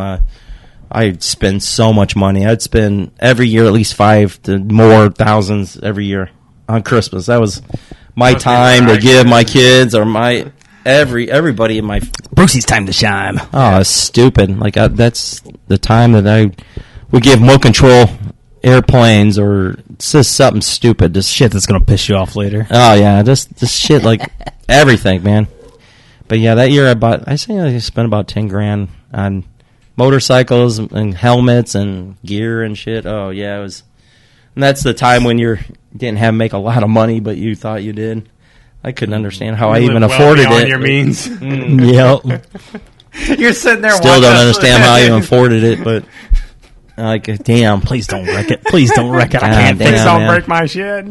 Oh shit! It's like, goddamn. But yeah, I mean, we have our issues with our family, but we all do. I think, but we just learn from our mistakes. We get better. We get stronger. We still do stupid shit these days, but we try to not do so much stupid shit. We're going to end up losing our jobs or stuff. I don't know. I mean, it sounds like you've had your issues with your childhood. I think we all have. I think we all have our... Yeah, we didn't even scratch the surface of that. No, we will. I hope not. I mean, truthfully, the things you're going through today might spin from your past. I mean, but you're going to learn that shit, man. Like, I need to wake up because now it's real. Oh yeah, like some of the shit I got to do tomorrow morning. Yeah, I mean now it's real. 3 hours. That's getting now past that shit. Now you're an adult, and anything you do today, you're gonna end up getting a record and fucking your shit up, and then you're gonna end up in prison. Because it's not like when you're a kid and you get a little smack on your hands. When you're an adult, not these days. No, not these days. Yeah, they don't tolerate bullshit. They just put your ass right behind bars and say bye. Throw away the key on that shit. That's reality on that. Oh yeah. I mean, we have to watch our P's and Q's a little more. How we talk. How we talk to people. How we react with a certain race. Everything we do, we have to react in a certain manner because now we're all like a little bit more. We have to be more soft. We can't call people certain names, or we can't. Say certain words because it's going to offend a person and their integrity or whatever, and you end up getting messed up. And truthfully, motherfucking messed up in a big way. Now, it's just it's an evolution of life. You got to educate yourself on what the present is. I'll tell you right now, 5 years it'll be something new. It'll be. It's always something different. It will be something new. Something in 5 new. years. 5 years, something new. This never would have happened. That's why I keep my head down. See, this never would have happened if they had never killed Harambe. Ever since that goddamn gorilla. Goddamn. That kid didn't fall in there. That was the butterfly effect. That was the butterfly effect. Set everything in motion. Yeah. Where's Ashton Kutcher? We need to take his ass, send his ass back to fix We need to balance this shit out. We gotta fix this. Like we have to defund the police. Come on, we don't need to defund the police. Do we need to change some actions? Absolutely, but I don't think we need to defund certain things. We need to educate. Education. We need to learn how to speak and how to be spoken to. Does that make sense? Speak and be how to be spoken to. Truthfully, and that's I'm learning that when I worked at the prison, this last year at the prison, how to speak to inmates. Again, I see my fellow officers getting piss thrown on them all the time, and it's how you speak. It's how you react. It's how you deal with certain. Yeah, those dudes probably have nothing but self-respect. They have no problems throwing shit on you. They're already doing their time. They don't give a shit. They add a little more time to their fucking sentence. So who cares if they throw what's 3 months to 20 years? Yeah, like who cares if they throw piss on you? Like you can't get shit on you. My last day at work, I know we gotta wrap this shit up, but my last day my work, I had to write up one of our officers. Our senior officer had to write up. And I was so, when your last day, you just almost don't give a shit at your last day of work. But I was like, I'm going to make it a good day, a good night, and I'm going to go out with a good night. Yeah, you don't want to burn bridges. Not at all. Go back across. And I had to count these 2 units by myself, and I was like, okay, cool, and I was like, God damn, I'm doing a lot of work for my last night, but that's okay. And we have to move these cell phones, not cell phones, they're like phones that we have to give the inmates. And our senior officer of this unit, he's such a dick. I wish they'd get rid of his ass. Even today, he's Blauer is his name, and he's such a douche. And he's such a rude asshole. And he just talks smack to these inmates. Like he gets on his steno, and what it is a speaker in their rooms, and he'll just call them names. Just round them all up and act like a dickhead. And he'll be like, "You fag," on these speakers. And if they ever riot, they're gonna kill that motherfucker. Oh, absolutely. Oh, his shit. You know what? If they ever riot, they would string his ass and cut his balls right off. Oh yeah. And so I'm over there. I'm over there counting his unit, and I'm over there picking up his mail, and I said, "Hey, Browlauer, where do you want me these phones to go?" And he goes, "Well, that fag won't give up the phone." This is what he said. That fag won't give up the phone. So once we get it back, no one's getting shit. And I was like, "Hey," I'm like, "Okay." And I got the phone back, right? When I opened the flap to get it back, the guy gave me back the phone, and he captured the flap, right? And he was like, "Aha, capture the." So their food slots are when you have to get shit or pass shit to them. That's how they get it. So he captured the food slot, right? And he's like, fucker, you're not, he goes, "I didn't get to use the phone, but I'm going to give it back." And he's like, and then Browler was like, "We're not giving that fucking phone at all. Nobody's getting the shit at all tonight. Fuck off, you fucking fags in this unit." And he's saying this, and of course all the inmates can hear you talking that loud. So this fucking inmate came in glued, right? And I'm thinking, fuck, man. And I came into the bubble where the unit where we talk, and I said, "Listen, Browlauer," I'm like, "we have to pass these phones." I'm like, "We have to call the sergeant, get this food slot back." And he's like, "Fuck those assholes. We're not giving shit." And I'm like, "Well, listen up, asshole. You're not the one that's going to get piss thrown on you because they're already talking about throwing piss on me. If you want to talk shit, you come out here and you fucking talk shit. You get piss thrown on you. Because fuck you. I'm not doing it." He goes, "Fuck, I don't give a fuck if you get piss thrown on you. That's your job." I said, "No, it's not my fucking job. My job is to keep the peace, to pass these fucking phones like the fucking warden wants us to pass them." He goes, "Well, fuck everybody. Fuck you. Fuck the warden. Fuck the lieutenant," right? And I called the lieutenant. I said, "Listen up, lieutenant. He's telling me to fuck you, fuck the warden." And he's like, "Listen, Hatfield, this is what we're going to do. You're going to pass the phones, and you're going to hear Browlauer say, 'Fuck you, you're not passing shit.'" Right? And I'm like, "Listen up, Lieutenant. He's disrespecting you." He's like, "Okay, Hatfield, I'm going to come down there and talk to the guy with the flap first, and then I'll deal with the situation." So the lieutenant caught me at the door, and I was like, "Listen up, Lieutenant." I said, "This is my last night. I respect you 100%. Like, I will not disrespect my leader. This asshole, I'm not counting his fucking unit no more tonight. I'm just not. I'll just fucking walk out of this place. Because I'm the one that's going to get stabbed. I'm the one that's going to get pissed thrown on me. This asshole can just do whatever the fuck he wants and speak the way he wants." He's like, "Okay, I'll fix the situation." So like an hour later, I had to count the unit. So I went back down there. He was gone.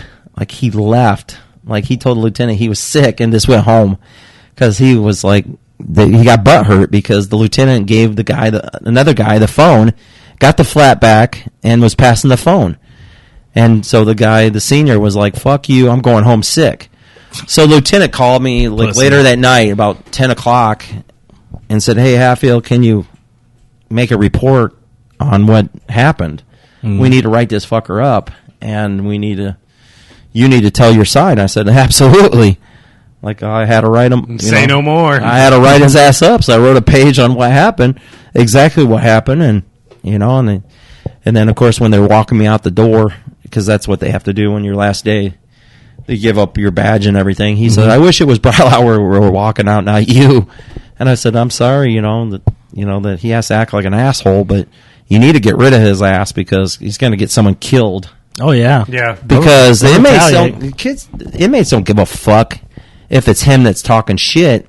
because they're just going to take it on you because especially hopefully, the max. Yeah, they just don't give a fuck. And I told some of the inmates, I'm like, listen, are you going to throw piss on me?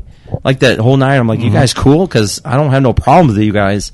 They're like, no, we're just pissed at him. I said, yeah. They're like, if he ever comes out here, we're going to fuck his shit up or we're going to fucking throw piss. Like, he cannot ever come on that fucking, any of the units in the whole prison. Like, he pisses off every fucking, and it's funny that you think one inmate can't talk to an inmate that's on the opposite side of the fucking yard. Dude, they can talk to people out in the street, let alone. Dude, they do. Yeah. They have connections. Like, one person can connect with another person. It'll trick around that fucking place. Like, holy shit. Like, serious. They have nothing but time. They're there 24/7. Of course, they know how to get around the place. Nothing but time. He's gonna get fucked up soon. And I told Lieutenant, I said, you need it. And I said, that's why we're writing his ass up, because hopefully we can get him demoted or get him out of here or get him to retire quicker than what he needs like 5 more years. We need to wrap up. He's got shit to do in the morning. But yeah, it was all good. But we're good. Yeah. All right, we're sitting here at 2 hours and 45 minutes. It's time to wrap up this. It's time to wrap up this podcast, the longest one yet. Holy shit! Happy Father's Day. We love our families. They probably forgot it was Father's Day. No, he's like, bitch, we're almost done with Father's Day. God. Holy shit. All right, well, happy Father's Day to all them fathers out there. We're going to go ahead and wrap up this live stream, wrap up this podcast. Like and follow us on Facebook. Subscribe to us on YouTube. Check us out on Spotify. On Spotify. And I'll try to have this video up as soon as I can. But make sure you... I'm not uploading this shit till tomorrow. Yeah. No, I don't blame you. I'll work on it tomorrow. Damn, this will be a big upload. Yeah, it's gonna take a minute. Yeah, get these guys some perks out there. Get them some followers. Yeah, that'd be cool. All right, fellas. Broken script. Gonna go ahead and sign out. Peace. Laters. Laters. Laters. Laters. Laters. Laters. Laters. Laters. Laters. Laters. Laters.